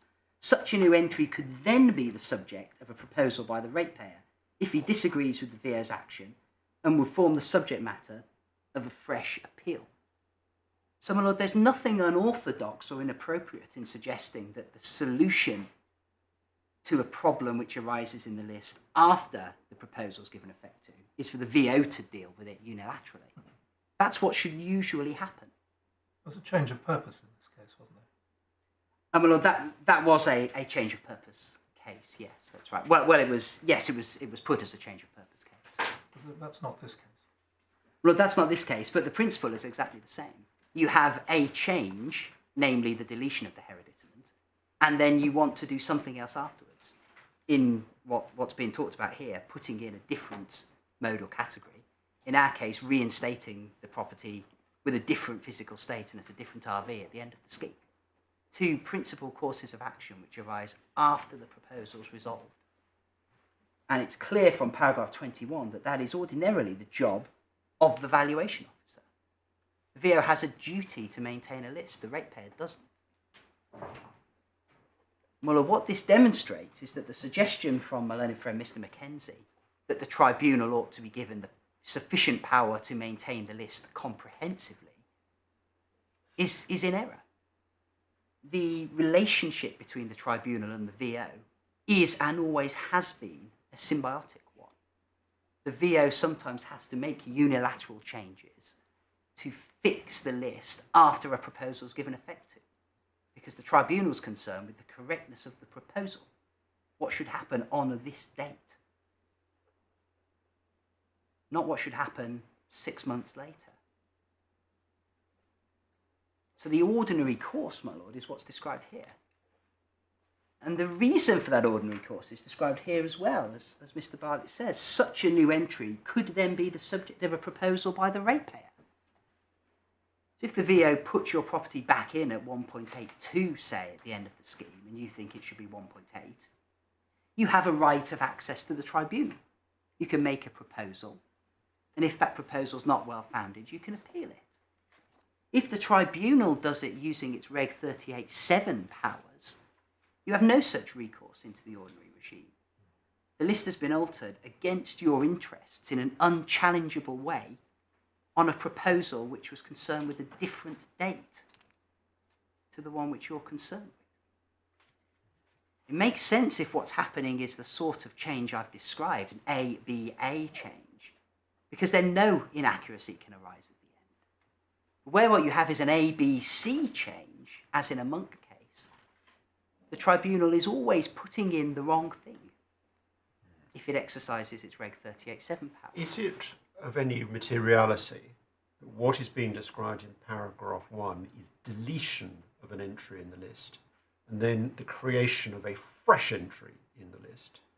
Whereas what we're concerned with, at least in Avison Young, is not a deletion and a fresh entry, but rather a change in the list for a period of time and a consequential reduction of rateable value for a period of time. Well, in my submission, it makes no difference now, because they are two different mechanisms for achieving the same substantive alteration. One is simply a more administratively convenient way of doing the other. Well, I can understand, as you submitted earlier, that the bottom line effect in terms of rates payable is the same. But the Supreme Court seemed to think that there was a difference because they've sanctioned the practice of a change in the description of the hereditament in the list to building under reconstruction, a consequent reduction in rateable value to nominal.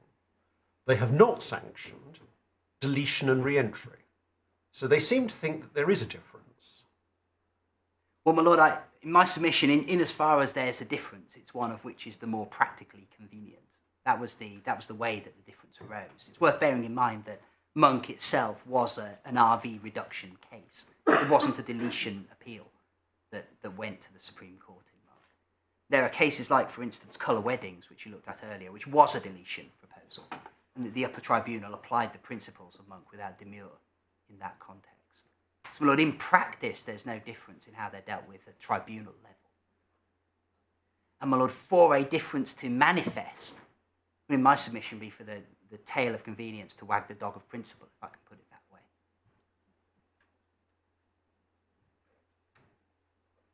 Can I ask you about another matter? My lord, of course. You've emphasised the question of accuracy. My lord, yes. How does this work? Your client was arguing for a rate holiday following the completion of the building work, was it not? And, my lord, my client was arguing that there was no power to do what the VO wanted it to do, which was to rate it too highly. So how does that serve the interests of accuracy? Well, my lord, because there were two competing inaccuracies at play. It was either RV nil or RV 1.83. Yes, So one of which was 1.5% different from the previous situation where you had an occupied office, and the other is 98.5% different. It is, my lord, and if that had been reflected in a simple error in RV, the ratepayer would have received the protection of no retrospective increase under Regulation 14.7, as I showed you earlier. The regime, as I submitted, is asymmetrical in that sense, where there is an issue about the ratepayer getting a holiday versus the ratepayer getting unduly penalised, if I can put it that way. The regime protects the ratepayer. Right, so that even if the difference in RV had been £1, Well, Lord, in practice... Yeah, I mean, but it seems to me that the reference to accuracy, frankly, is just empty, because the one thing that we can perfectly easily see is that it's not accurate that a prime office of this sort should be occupied for 2.5 months with a rent exemption. Well, my lord, I have two submissions in response to that, my lord. The first is even a single pound of unduly exacted taxation is offensive in principle. And the second is that the only reason this arose was because of the expiry of the limitation period on the VO's ability unilaterally to correct the list. It happens all the time, my lord. I could have an utterly cast iron case in breach of contract, but if I'm late in issuing my claim, its cast ironness is irrelevant, if I can put it that way. My lord, this is not a function of the ratepayer somehow gaming the system. This is a function of limitation having expired. And as I say, my lord, in circumstances where the legislature has made a conscious choice between the ratepayer paying not enough and the ratepayer paying too much, it always comes down in favour of protecting the ratepayer's position. That's particularly so, my lord, because Regulation 38.7 is discretionary. My lord, the notion that a ratepayer can be charged more tax than it should be charged at the discretion, uncontrolled and unchallengeable of the tribunal, in my submission, cannot have been the intention of Parliament. If a discretion is to exist in a fiscal context, then that discretion should be narrowly construed. My construction is narrow in such a way that when the regulation is operated, the list will be accurate after its operation and not inaccurate. It's not a case of being more or less inaccurate. It's right or wrong. Lord, if the provision works as I submit it should, A being acceptable, A, B, C not being acceptable, then the operation will leave you with an accurate list. If it operates the way the VO says, then the tribunal effectively gets to pick whether to give the ratepayer a holiday or charge him too much. My lord, that in my submission simply can't be right. It can't be right that the contents of the list turn on that sort of discretion. Bearing in mind, this isn't the sort of discretion that gives an individual ratepayer, say, a hardship exemption or something like that. This is the actual basis of the tax. And of course, the contents of the list don't just affect the individual ratepayer. They affect other ratepayers as well. The contents of the list form the comparables, in many cases, on which other properties are valued. So facilitating a list inaccuracy isn't just a problem for the occupier of the property, forgive me. It's a problem for occupiers of other properties too, potentially. So, Lord, I hope that those are my submissions in response to your question. Thank you. Have you finished with Lader? My Lord, I have, yes. The only case remaining to show you... All right, but if you finish with Lader, can we briefly go back to Mike? My Lord, yes. So that's tab 18. 18, I think, yes. And paragraph 31. My Lord, yes. And it's between F and G, where Lord Hodge says, it has been the practice, the valuation, to treat the property as a hereditament with only a nominal value, rather than to remove the property from the rating list temporarily. So he seems to think there's a distinction between the two, and he approves the former, he does not approve the latter. Well, my Lord, in as far as there's a distinction in the practice, that's true, yes. The useful practice of leaving it in the list was approved, yes. My Lord, that's clearly right. So the Supreme Court must have thought that there was a difference in effect between those two things, because otherwise they wouldn't have troubled to distinguish between them. Well, my Lord, the difference in effect is essentially, is not one of the bottom line, if I can put it that way. It's one of the VO's ability conveniently to manage its list. Where a property is out of the list altogether, there's a much greater risk that it'll be missed when the scheme ends. Whereas if a property is in the list at a nominal value, at least everyone knows it's there. My Lord, that's the sort of logic which underpins it. It's perhaps worth noting, my Lord, the Valuation Office has now abandoned the useful practice in the light of the Canary Wharf case. The VO's guidance to its officers now is to delete in these cases. I mentioned that en passant, as it were, but that doesn't... Even more baffled. Well, I'm afraid it is baffling, my Lord. Yes, the Supreme Court was trying to help and did help, but the position has moved on somewhat, as I understand it. But, my Lord, as I say, in terms of the bottom line and the tests to be applied, the useful practice makes no difference. You're still looking in both cases for a change in physical state giving rise to incapability of beneficial occupation, and the property is then not a hereditament. Now, you may leave it in for convenience sake, which is what the Supreme Court said to do, because ultimately it makes no odds to the ratepayer whether it's no hereditament or a hereditament at £0. But it might make difference to the VO. I mean, your big point, as I understand it, is that the problem with the construction adopted by the tribunal in both our cases is that it guarantees an inaccuracy in the list. It does. After the works in question have come to an end. Well, That is not only wrong in principle, but it is also contrary, or at least is also very surprising if Parliament intended guaranteed inaccuracy to be the result of the exercise of a discretion. Well, that is my submission. And Yes, that is your key, that is, as I understand it, your key point, and I see the force of it. Well, Lord, it is my key point. And the regulations, as I say, when you look at the language used, the circumstance has ceased to exist. What does that mean? In what sense does a demolition cease to exist? The answer is it doesn't. You don't do something which is the equal and opposite of a demolition. You build something else.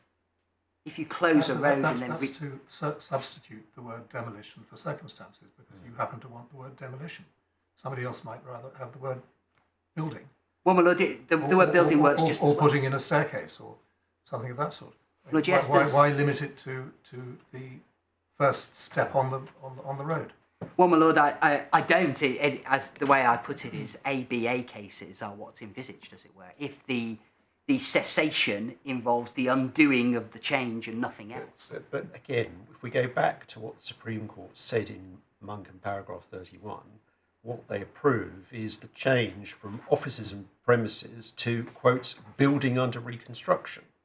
So is reconstruction something that starts and stops? Is it a circumstance that begins and ends? Why not? Well, my Lord, the change of description is consequential on the change of physical state. The reason you change the description is, as it were, ancillary to the fact that the physical state of the building is becoming capable of occupation. That's the change which causes the nominal RV. The change which causes a substantive RV to return is the completion of further different works. It's the second different change of state to make the new thing. No one in their right mind builds exactly the thing they just knocked down in this context, my Lord. Well, in Monk cases, you're almost guaranteed something different to what was there before. ABC sequence. And my Lord, where you are doing something which creates something new at the end. But I'm sorry, this gets metaphysical. I mean, take the I forget who was the Greek philosopher who postulated the example of the ship, which is speaking of a wooden ship, and it's constructed from planking. So you replace one plank, that's a repair of the ship. Nobody disputes that it's the same ship. My Lord, yes. You then replace the next plank. And eventually, over a period of time, you have replaced all of the planks. Is it still the same ship, or is it a different ship? Well, my Lord, as you rightly identified, that's a metaphysical question. I'm myself familiar with it from Terry Pratchett rather than from the Greeks. I'm afraid if I'm to be forgiven for that. But nevertheless, my Lord, in a circumstance such as that, where you have gradual changes that make no difference to the property, there would never be a sounding in valuation terms, so you would never get a list alteration. So that sort of that sort of metaphysical problem needn't trouble us, because it will not result in a change in the list.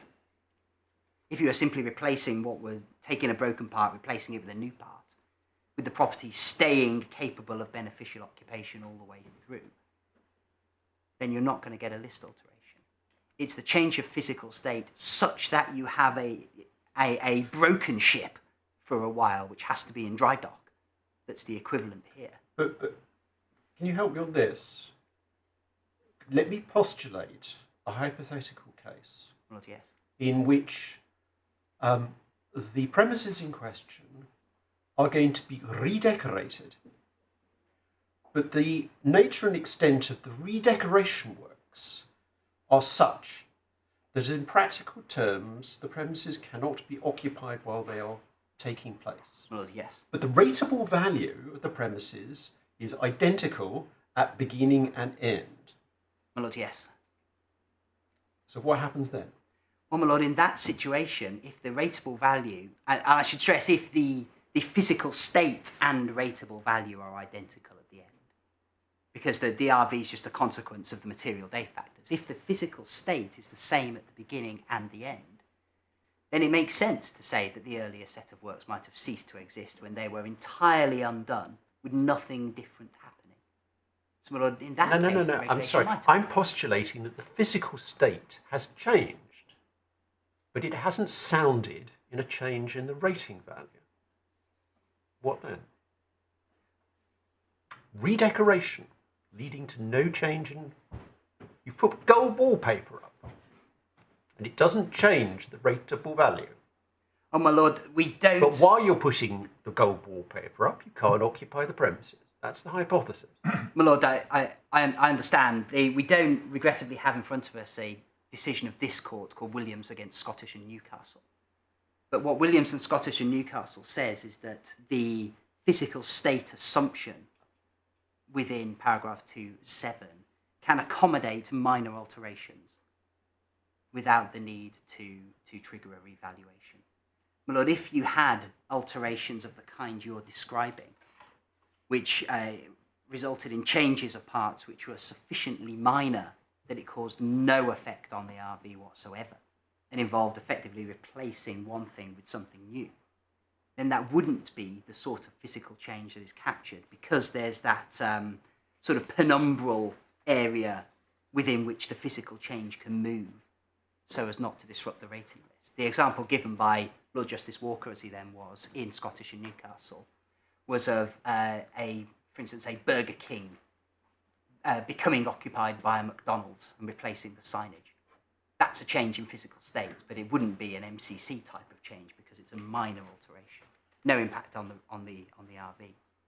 My lord, in these cases, I'm sorry, I'm lost. It's my fault, I'm sure. But I appreciate what you say about there may be minor changes in physical state which don't impact on RV.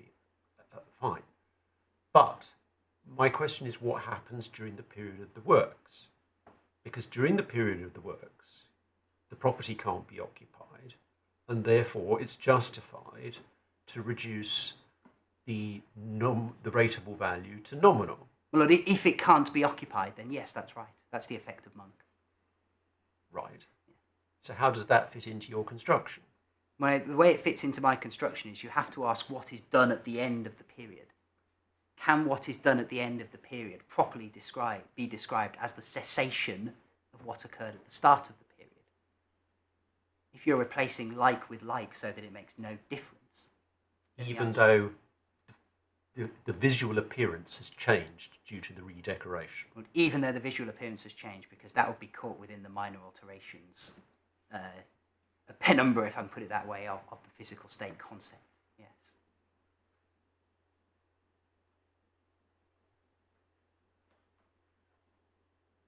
And of course, the ratepayer could have no accuracy objection if the RV bounced back to exactly where it was before in those circumstances. Whereas this isn't that case. This is a case where what's changed is value significant. The physical state is different in a way which matters to the bottom line. And the ratepayer is being overtaxed here.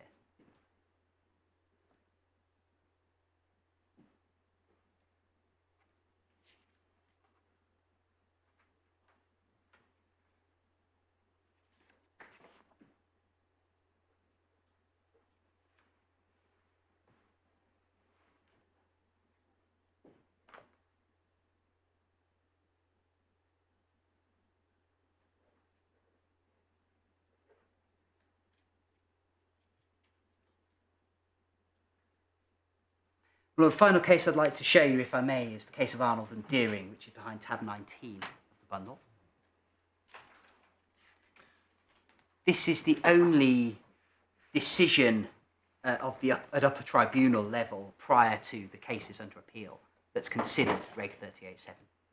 This is the sole unchallenged precedent about this. This case, often known as the Crooked Spaniard, it concerned a pub, and the part of the Crooked Spaniard was sublet on a tenancy at will for a period which then ended. No physical changes happened whatsoever, but because of the principle that a hereditament can only ever have one owner, the effect of the sublet was to split the hereditament in two. When the sublet ended, the tribunal used its Regulation 38.7 power to reinstate the one hereditament that had been there before, which was precisely unchanged by the sequence of events. So that in a nutshell is the question that arose. Before we get to the tribunal's decision, I would like to show you, if I may, my lords, the way that the valuation officer argued the case. which is at paragraph 16. Paragraph 16, the VO says this: the circumstances giving rise to the alteration in this case were that part of the premises were let for storage purposes on 1st of June, but only with effect from the 1st of April 2015 because of Reg 14, because of limitation. There were no physical alterations to the premises resulting from the letting, and therefore, once the letting finished, the circumstances which had given rise to the alteration ceased to exist, and the premises were, as a matter of fact, once again a former public house and wedding venue. So, my lord, the VO's case to the tribunal in Arnold and Deering was that the absence of physical alteration mattered to the availability of the power. It was precisely because there was a tenancy at will which ended, with nothing being different after its cessation to before its commencement, that the VO thought the power could be deployed here. In other words, the VO was pinning itself to an ABA scenario. Because the inference of the word therefore here is that had there been physical alterations, had this been an ABC case, Reg 38.7 wouldn't have been engaged. So, my lords, the approach of the VO in the only... How do you get that out of it? Because the fact that on the VO's case the power plainly exists, if the VO is right, doesn't exclude the power existing in different circumstances. Well, my lord, in a different situation, to avoid use of the word circumstances. Very well, my lord. We've got enough competing uses of the word so far. My lord, the reference to no physical alterations, therefore the circumstances cease to exist, my submission obviously means what the VO is saying is that the reason the subletting caused the circumstances to cease to exist was because nothing else had changed.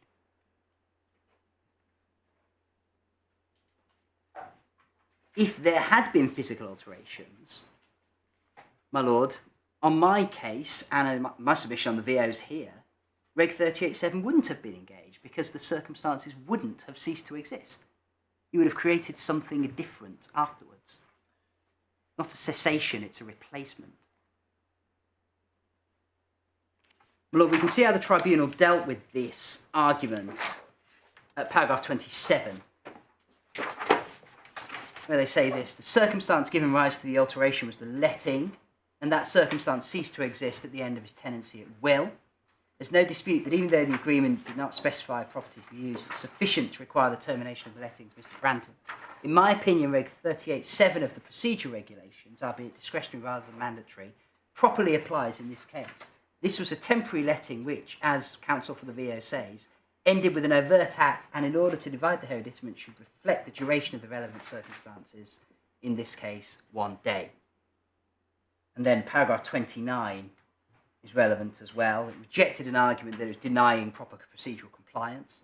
There was, as a matter of fact, a temporary letting of part of the hereditament for storage use, and that use ceased upon the overt act of allowing the BBC in, so ending the tenancy at will. The changed circumstances occasioned by the storage letting lasted for a limited period, and thereafter the premises reverted to their former mode or category of use, namely a wedding venue. Though I agree that vacating the hereditament is not itself a material change of circumstances, that's not to the point. What matters here is the acknowledged cessation of the material change of circumstances. The material change of circumstances that gave rise to the creation of 2 hereditaments, and which, in my opinion, engages Regulation 38.7. So it was the material change of circumstances ending and leaving everything else the same that the member thought was what enabled him to deploy his discretion. But that was a case about change of use. It wasn't a case about reconstruction. I don't see how one can derive anything about reconstruction from a case that is all about change of use. Well, my lord, because the principle ought to be the same in both cases. And the principle which is common, I say, to a construction case and to a sublet case of this time, is that what engages Reg 38.7 is that you go back to the status quo ante after the second change.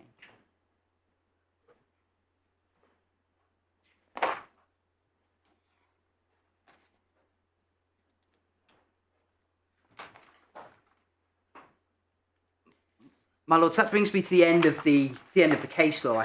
I hope take my submissions fairly quickly, as I expect I'll have submitted most of what I intend to submit in the course of argument. Perhaps, my lord, it'll help if I just summarise how things fit into the framework as I go. Lord, beginning with the language of Regulation 38.7 itself, as I've submitted, it's engaged where a circumstance has ceased to exist. What's the circumstance here? It's the change in physical state. It's not the scheme overall, can't be, so you're concerned with a single day. It's not incapability of beneficial occupation. That's the consequence. You fall into the Merlin error if you treat the consequence as the circumstance. Can a change in physical state, like knocking a hole in a wall, cease to exist if what it's replaced with is something different? The answer is, in my submission, no, it can't. It's linguistically inapt to say that a demolition ceases to exist when you build something new, or when a strip-out ceases to exist when something new is fitted out. The language of cessation implies, in my submission, return to what was there previously. The kinds of things which can cease to exist, I've already mentioned scaffolding on an adjacent building, for instance. A road closure followed by a road reopening is the sort of thing that ceases to exist when it's undone. Everything goes back to the way it was before. Temporary sublet, like in Arnold, or a temporary closure notice from the council for some reason or another, where everything goes back to the way it was before afterwards. Those are things which linguistically can be said to cease to exist. The change here cannot. Turning to the context, the wider context, my lords, the general role of the tribunal, is to deal with disagreements on a proposal. It's whether the proposal is right or not. That's the source of the tribunal's jurisdiction. It's that significant to it. A proposal can only ever be concerned with one point in time. It's the effect of Regulation 4.3, which we saw earlier this morning. Because every ground must have the same material day and the same effective date. The proposal is concerned with one day. The ratepayer cannot put in evidence which relates to a later point in time. It would be beyond scope. The tribunal, since its role is to determine the proposal, and since the proposal is fixed on a single day, the tribunal is itself concerned in general with the correctness of the list on that single day. And as Leader shows, ordinarily what happens to the list after that day is not the tribunal's concern. It's the VO's concern as the person designated by statute as responsible for maintaining the list. Within that general framework, Regulation 38.7 is an exception to the rule because it starts looking at events after the material day. As with all exceptions to a general rule of this kind, particularly discretionary ones in a fiscal context, one would expect, in my submission, that the exception would be narrow, not broad. On my interpretation, the exception is narrow. It operates with the type of change that lasts for a limited period and then ends, with everything reverting to the way it was, and with no unfairness arising, either to the ratepayer or to the local authority, because the res is the same before and after. If a further change is needed to reflect a different subject, a different res later, that's for the VO to do unilaterally. Conversely, the VO's and the tribunal's broad approach to the power actively facilitates an inaccurate rating list. It facilitates inaccuracies which neither party can correct if, as here, the tribunal decision occurs after the closure of the list. There's no right of proposal for the ratepayer against the reinstated RV, and the ratepayer is deprived of the protection contained in ground D, which we saw earlier, to challenge the accuracy of a VO alteration. So the exercise of this power deprives the ratepayer of protections it would ordinarily have if the usual course were followed. Why does it deprive the ratepayer when the ratepayer has the opportunity to argue its case before the tribunal? My lord, it deprives him because one thing the ratepayer can't argue for is the correct RV, of course, and neither can the VO. It deprives it, my lord, because ordinarily, as I say, on a proposal, the evidence will be focused on the material day. Here, my lord, if the Reg 38.7 power is going to come up, then there's going to need to be more evidence. There's going to need to be new arguments, potentially, which go beyond the scope of the proposal. But the ratepayer could have put in a proposal in time. I mean, I take your point that equally the VO could have acted in time. But it's not. This is not a case where one side is out of time and not the other. Both sides are out of time, but equally both sides could have acted in time. Well, they could have, and the answer to that in my submission is that one of these parties has a duty to keep the list accurate and the other doesn't. Lord, the ordinary role of the proposal is to raise a query about the contents of the rating list. It is not the ordinary role of the proposal for the ratepayer to protect itself against the eventuality that the VO won't do its job. The VO will fail to act in time. But this is a system in which, as occupying a premises, hereditament, the ratepayer has certain obligations. The ratepayer chooses to undertake work and to seek a remission during the period of that. And then the time comes when the ratepayer is able to go back in. My lord, yes. So it would seem that there are obligations both ways in that situation, and not simply some artificial game whereby if the valuation officer doesn't act, sensible outcomes are foreclosed on. Well, my lord, to that I'd say, I think, a number of things. First of all, the ratepayer is under no obligation to make any proposals. The contents of the list is primarily for the VO. The ratepayer is entitled, but not obliged, to act in these situations. Secondly, as leader shows, the ordinary course of action, if you make a proposal, is that any consequential changes later in the list will be dealt with by the VO unilaterally. That's how the system's meant to work. The tribunal concerns itself with the proposal. The VO concerns itself with any fallout. The ratepayer is entitled to expect the system to work ordinarily, not to work in the sort of broken manner we see here, where nothing happens until it's too late.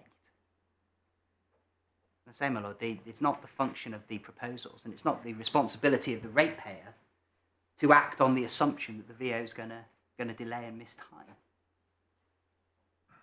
So in that sense, my lord, by making a proposal, putting the matter at issue, the ratepayer has done what it ought to do. It's flagged the matter to the VO, and it's entitled to expect the VO to follow through with its duty. But can you help me on this? Lord, yes. It might be said in answer to that given that the works are being undertaken by the ratepayer, Lord, yes. the ratepayer is putting forward a proposal, and I'll assume you're right, it makes no difference whether the proposal is to reduce the rateable value to nominal for the duration of the works or to delete and reinstate. Lord, Let's yes. assume that it's right, that makes no difference which way round it is. But in either case, ex hypothesi, the ratepayer knows that the physical state of the premises are going to be different at the end of the works to how they were at the beginning. Lord, yes. So take Avison Young, your case. The ratepayer knows for sure that they're putting in an internal staircase. The floor area of the building is going to be reduced. So therefore they know full well that the consequence is not simply that the premises are incapable of occupation for the period of the works. They also know that there's going to be a knock-on effect on rateable value. Lord, So yes. why shouldn't the ratepayer in those circumstances be putting forward two proposals, one of which is please reduce to nominal value for the duration of the works, and please reduce the rateable value to reflect the outcome of the works when they cease? My lord, the reason that can't be done, certainly in a material change of circumstances case where it can't all be done in one go, is because I'm afraid we're going to get into a technicality we haven't explored yet in in this hearing, which is that in an MCC proposal of the kind Avison Young made, the material day is the date the proposal served on VO. So in order to secure the reduction, you have to serve the proposal during the currency of the scheme. Now, insofar as it might be said that the VO doesn't know about what's coming there, or that the ratepayer may have to put a proposal in later, which is a perfectly valid response to the point I just made, my lord, as a matter of evidence, it's inevitably the case in these scenarios that the VO will require evidence of what the scheme of works is, or what's anticipated. My lord, I've acted in many of these cases, and it's almost inevitable that a Gantt chart goes in, showing the structure of the scheme from beginning to end. Indeed. So, That's my lord, to be expected. And what's the problem with that? My lord, there's no problem with it. What it does is it gives the VO the information it needs to carry out its list maintenance duty. The VO will be aware that the scheme. I'm sorry. It's my fault, I'm sure, but I still haven't understood your explanation as to why it is that the ratepayer can't make a double-headed proposal of the kind that I suggested. Well, my lord, if I answer in a slightly different way, the ratepayer can. The question is, what happens if the ratepayer doesn't? If there is a failure by the ratepayer to put in a proposal, combined with a failure by the VO to act in accordance with time, so that the ratepayer may get a windfall or it may be overtaxed. In that situation, how is it to be resolved? This is important. So I want to be very clear. Do I understand you to be accepting that it is technically possible for the ratepayer to do as I have described, but your submission is a different one, namely that there's absolutely no obligation on the ratepayer to do that, and on the contrary, there is an obligation on the VO to act? That is my submission, my lord, yes. So you do accept it's technically possible? My lord, when the scheme ends, yes, it's possible for the ratepayer to put in a proposal then. I accept that. So what's the source of the indignation about overtaxation in that case? I mean, I've been thinking that the amount, and perhaps over the adjournment you do some sums yourself. Well, I can inquire. That you're complaining about is about 2,500 in relation to city premises, and that the other side of the coin is 150,000 that the council is trying to recoup. So if you decide not to take any steps, does that not rather dampen the fires of indignation about overtaxation? My lord, in my submission, it doesn't, no, because as I've said, the ratepayer, any ratepayer is entitled to expect the system to operate properly. Yes. And the system operates properly by the VO on being notified of a scheme of works, putting the thing back in the list in its completed state when the scheme concludes. The same, my lord, but one of these parties has a statutory obligation and the other doesn't. My lord, it rather turns the system on its head for the obligation to be placed on the ratepayer, not the VO, when it's the VO that's charged by statute with maintaining the list, not the ratepayer. Well, what do you say to the response to that it's the ratepayer that's doing the works? The ratepayer knows what works it's going to do and what the result of the works will be. Well, Lord, the VO will know that as well because the evidence will have gone in with the proposal. And if the VO is interested, it has powers of inspection. It can come and have a look when the scheme's concluded. Very often does. Well, Lord, so there isn't an inequality of knowledge if the VO uses its statutory powers or reads the evidence which has been put in most cases.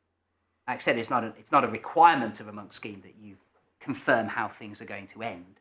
The Canary Wharf case tells you that. But in most cases of short schemes of works, it will be. It will be in the evidence what's happened. And if it's not in the evidence, the VO can exercise its power to inspect, which is there to support its duty to keep the list accurate. And it can come and have a look.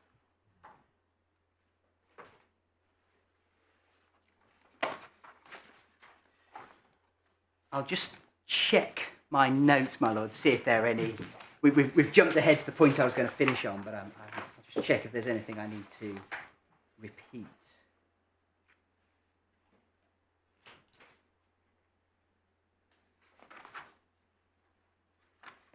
My Lord, yes, a couple more points, and I will be done.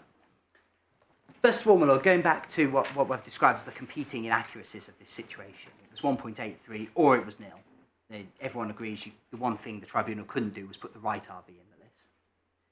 My Lord, it's worth bearing in mind and recalling in my submission Regulation 10 of the Alteration of Lists regulations, which we looked at this morning, which placed the VO under a mandatory duty to give effect to a well-founded proposal. My Lords, one can imagine a situation in which the resolution of a proposal is delayed for some reason or another. There are huge numbers of proposals at the moment relating to the impact of COVID-19 which were delayed in their resolution while everyone worked out what to do about it.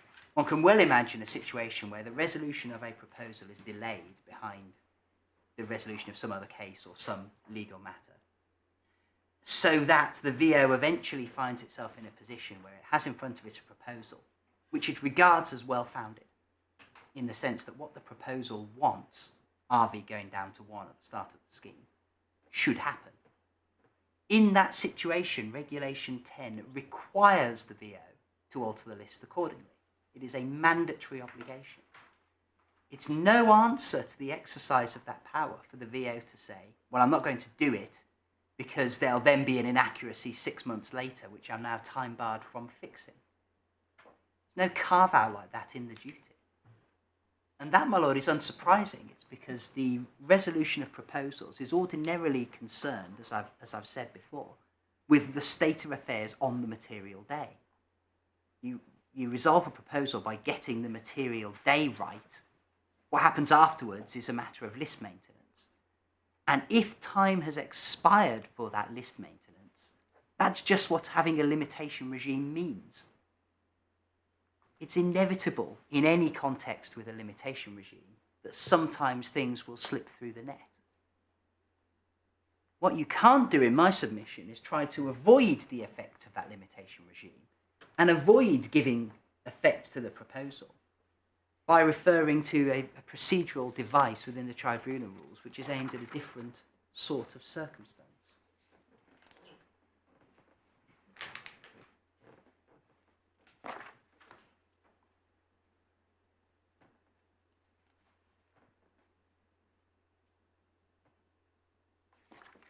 And my Lord, just a few points to finish, if I may, in response to some points made in my learned friend's skeleton, just for the sake of wrapping things up as neatly as I can. And I'll go through these fairly quickly, as my responses to them will, I imagine, be apparent by now. First of all, my Lord, my learned friend says in his skeleton, it doesn't matter how you formulate the circumstance, whether you say it's incapability or a scheme or a strip out. My Lord, as Merlin shows in my submission, it matters very much. Because if you mistake the consequence for the circumstance, it can lead you into difficulty. Things can get through which shouldn't.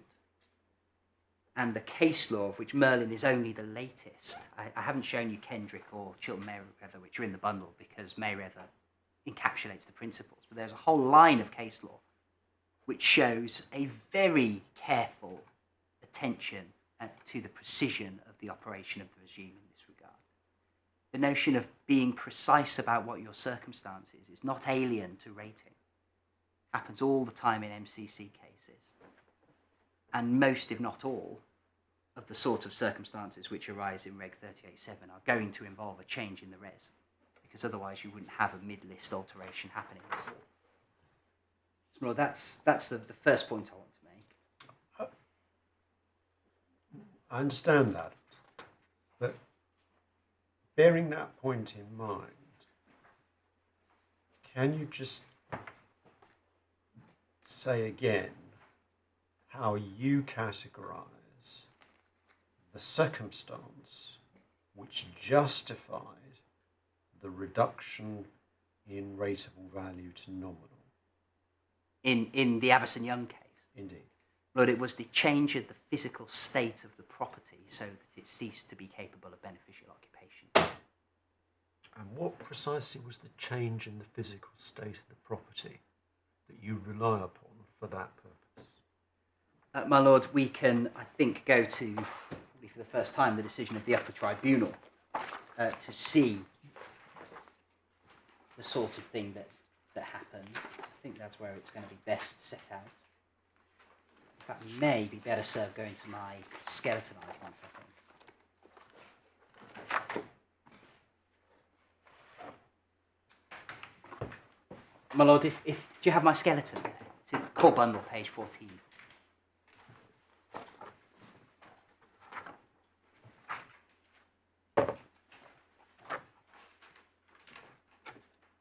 You'll see, my lord, paragraph 9F describes the nature of the changes which happened. So you've got things like the creation of a third floor reception, addition. And that obviously took place over a period of time. It took place over a period of time, my lord, but in the course More than one day. Considerably more than one day, my lord, yes. But there would have come a day when you had knocked enough holes in for receptions and pierced the floor slab enough, as it were. When you've done enough. Maybe even when you've handed over to contractors and the site's been sealed off or asbestos-containing things have been opened up. I don't think there's anything like that here, but that often happens. But there will come a day when the state has changed enough that it's no longer capable of beneficial occupation. Colour weddings is a great illustration of this. They said in there, think things like boarding up a window, for instance, may be the first thing you do. It's a change in physical state, but it doesn't cause incapability. And then maybe boarding up the door has the same effect, and then maybe stripping the lights out, and then the next day you take the water out. The day after that you start knocking down partitions. You will reach a point when the changes cumulatively are enough that the property ceases to be capable of beneficial occupation. And that's the change, which is the circumstance for Reg 38.7 purposes. That's the thing in the language of Para 2.7 that has happened that engages the right to a mid-list alteration.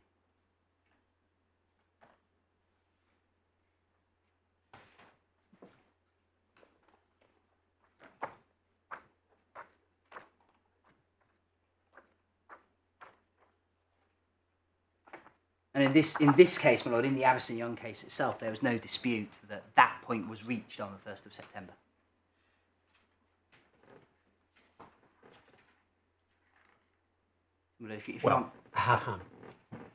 As you yourself set out in your skeleton argument, the 1st of September was actually the date the works started. It may be, my lord, that the first act of works rendered the property incapable of beneficial occupation, as sometimes happened. The first thing you do is strip out the electricity. Then you can no longer occupy it as an office. As I say, my lord, this is common ground, and if you want an illustration of how that point may come a few weeks into a scheme, colour weddings is an illustration of that. We didn't look at the facts of it, but it demonstrates how that might happen. I mean, I can see when you're dealing with an office, it may well be the case that the day when works begin is in fact likely to make them incapable of beneficial occupation. Well, that's right. If it was a commercial warehouse, it might because be. Of health and safety obligations and things of that nature. Precisely so, my lord. If the first thing you do is cut the water mains and take the electricity out, then you can't occupy it as an office, absolutely. Well, it obviously all depends on the facts. But It's very fact-sensitive, my lord. I can quite see it's by no means a surprising conclusion to reach that day one might actually also be the day when beneficial ownership ceases. In the context of a premises which has people in it as employees day in, day out, my lord, that's right. Whereas if one was carrying out changes to one's dwelling house, that's a different matter. You might be able to decamp or my lord, indeed, occupy alongside the works for quite a period. My lord, there are plenty of cases about what planners would call Class B8, big industrial warehouses, where the first few things that happen in the first few months aren't inconsistent with it carrying on as a warehouse. It's highly fact sensitive, my lord. But what they have in common, in all cases, is that there comes a point when the physical state's changed, such that it has a valuation consequence. The consequence is the incapability, but it's not the change. The change is the physical state's change, because that's the link to the valuation hypothesis in Schedule 6 in these sorts of cases.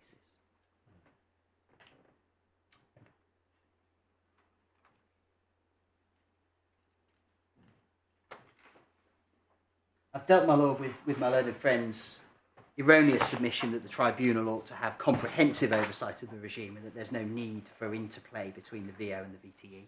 Leader shows very clearly why that's wrong. Depends on exactly the sort of interplay which Mr. Mackenzie says doesn't exist. Final point, my lord, and then I think I've said everything I wanted to say, relates to a submission my learned friend makes about Regulation 38.7 needing to be broad so that the tribunal's power of disposal by determination mirrors its power of disposal by consent. So the breadth of Reg 38 is the same as the breadth of Reg 35. My lord, in my submission, it's perfectly common, not just in rating, but in civil litigation generally, for cases to be settled on a basis which the court couldn't determine. In ratings specifically, we saw the structure of the alteration of lists and appeals regs, which specifically allow an agreement which differs from what is sought in the proposal. We saw that behind tab 2 earlier on today. The regime expressly envisages a broader power disposal by agreement than by determination. That's hardly surprising because where you've got an agreement, by definition, the VO is on board. And the VO has the power to alter the list as it sees fit to make it more accurate. It's not limited in the same way as what the tribunal does. So it's entirely unsurprising that there's a difference between those two characteristics, and it's not a factor in favour of my learned friend's interpretation. My lords, I'm conscious of the time. I think I've said everything I wanted to say, and unless there are any further questions or unless I can assist further, my lords, those are my submissions. Well, my compliments on your timing, Mr. Wilcox. I did well, didn't I? You did do well. Yes, thank you very much. That's been very helpful. And obviously you'll have a right of reply in due course. Mr. Mackenzie, I mean, it's all but 1 o'clock, so I propose we start at 2 o'clock, unless you're very anxious to get in a few sentences. My lord, I'm rather more anxious to get some water and some lunch. Well, that's fair enough. we will all follow that suggestion and adjourn until 2 o'clock. Thank you very much. All right.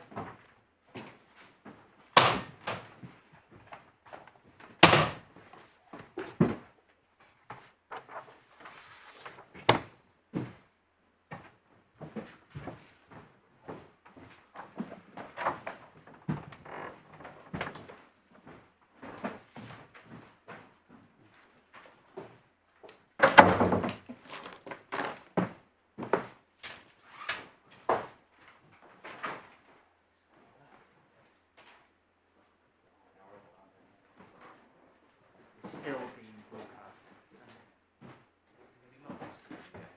Will the room be locked?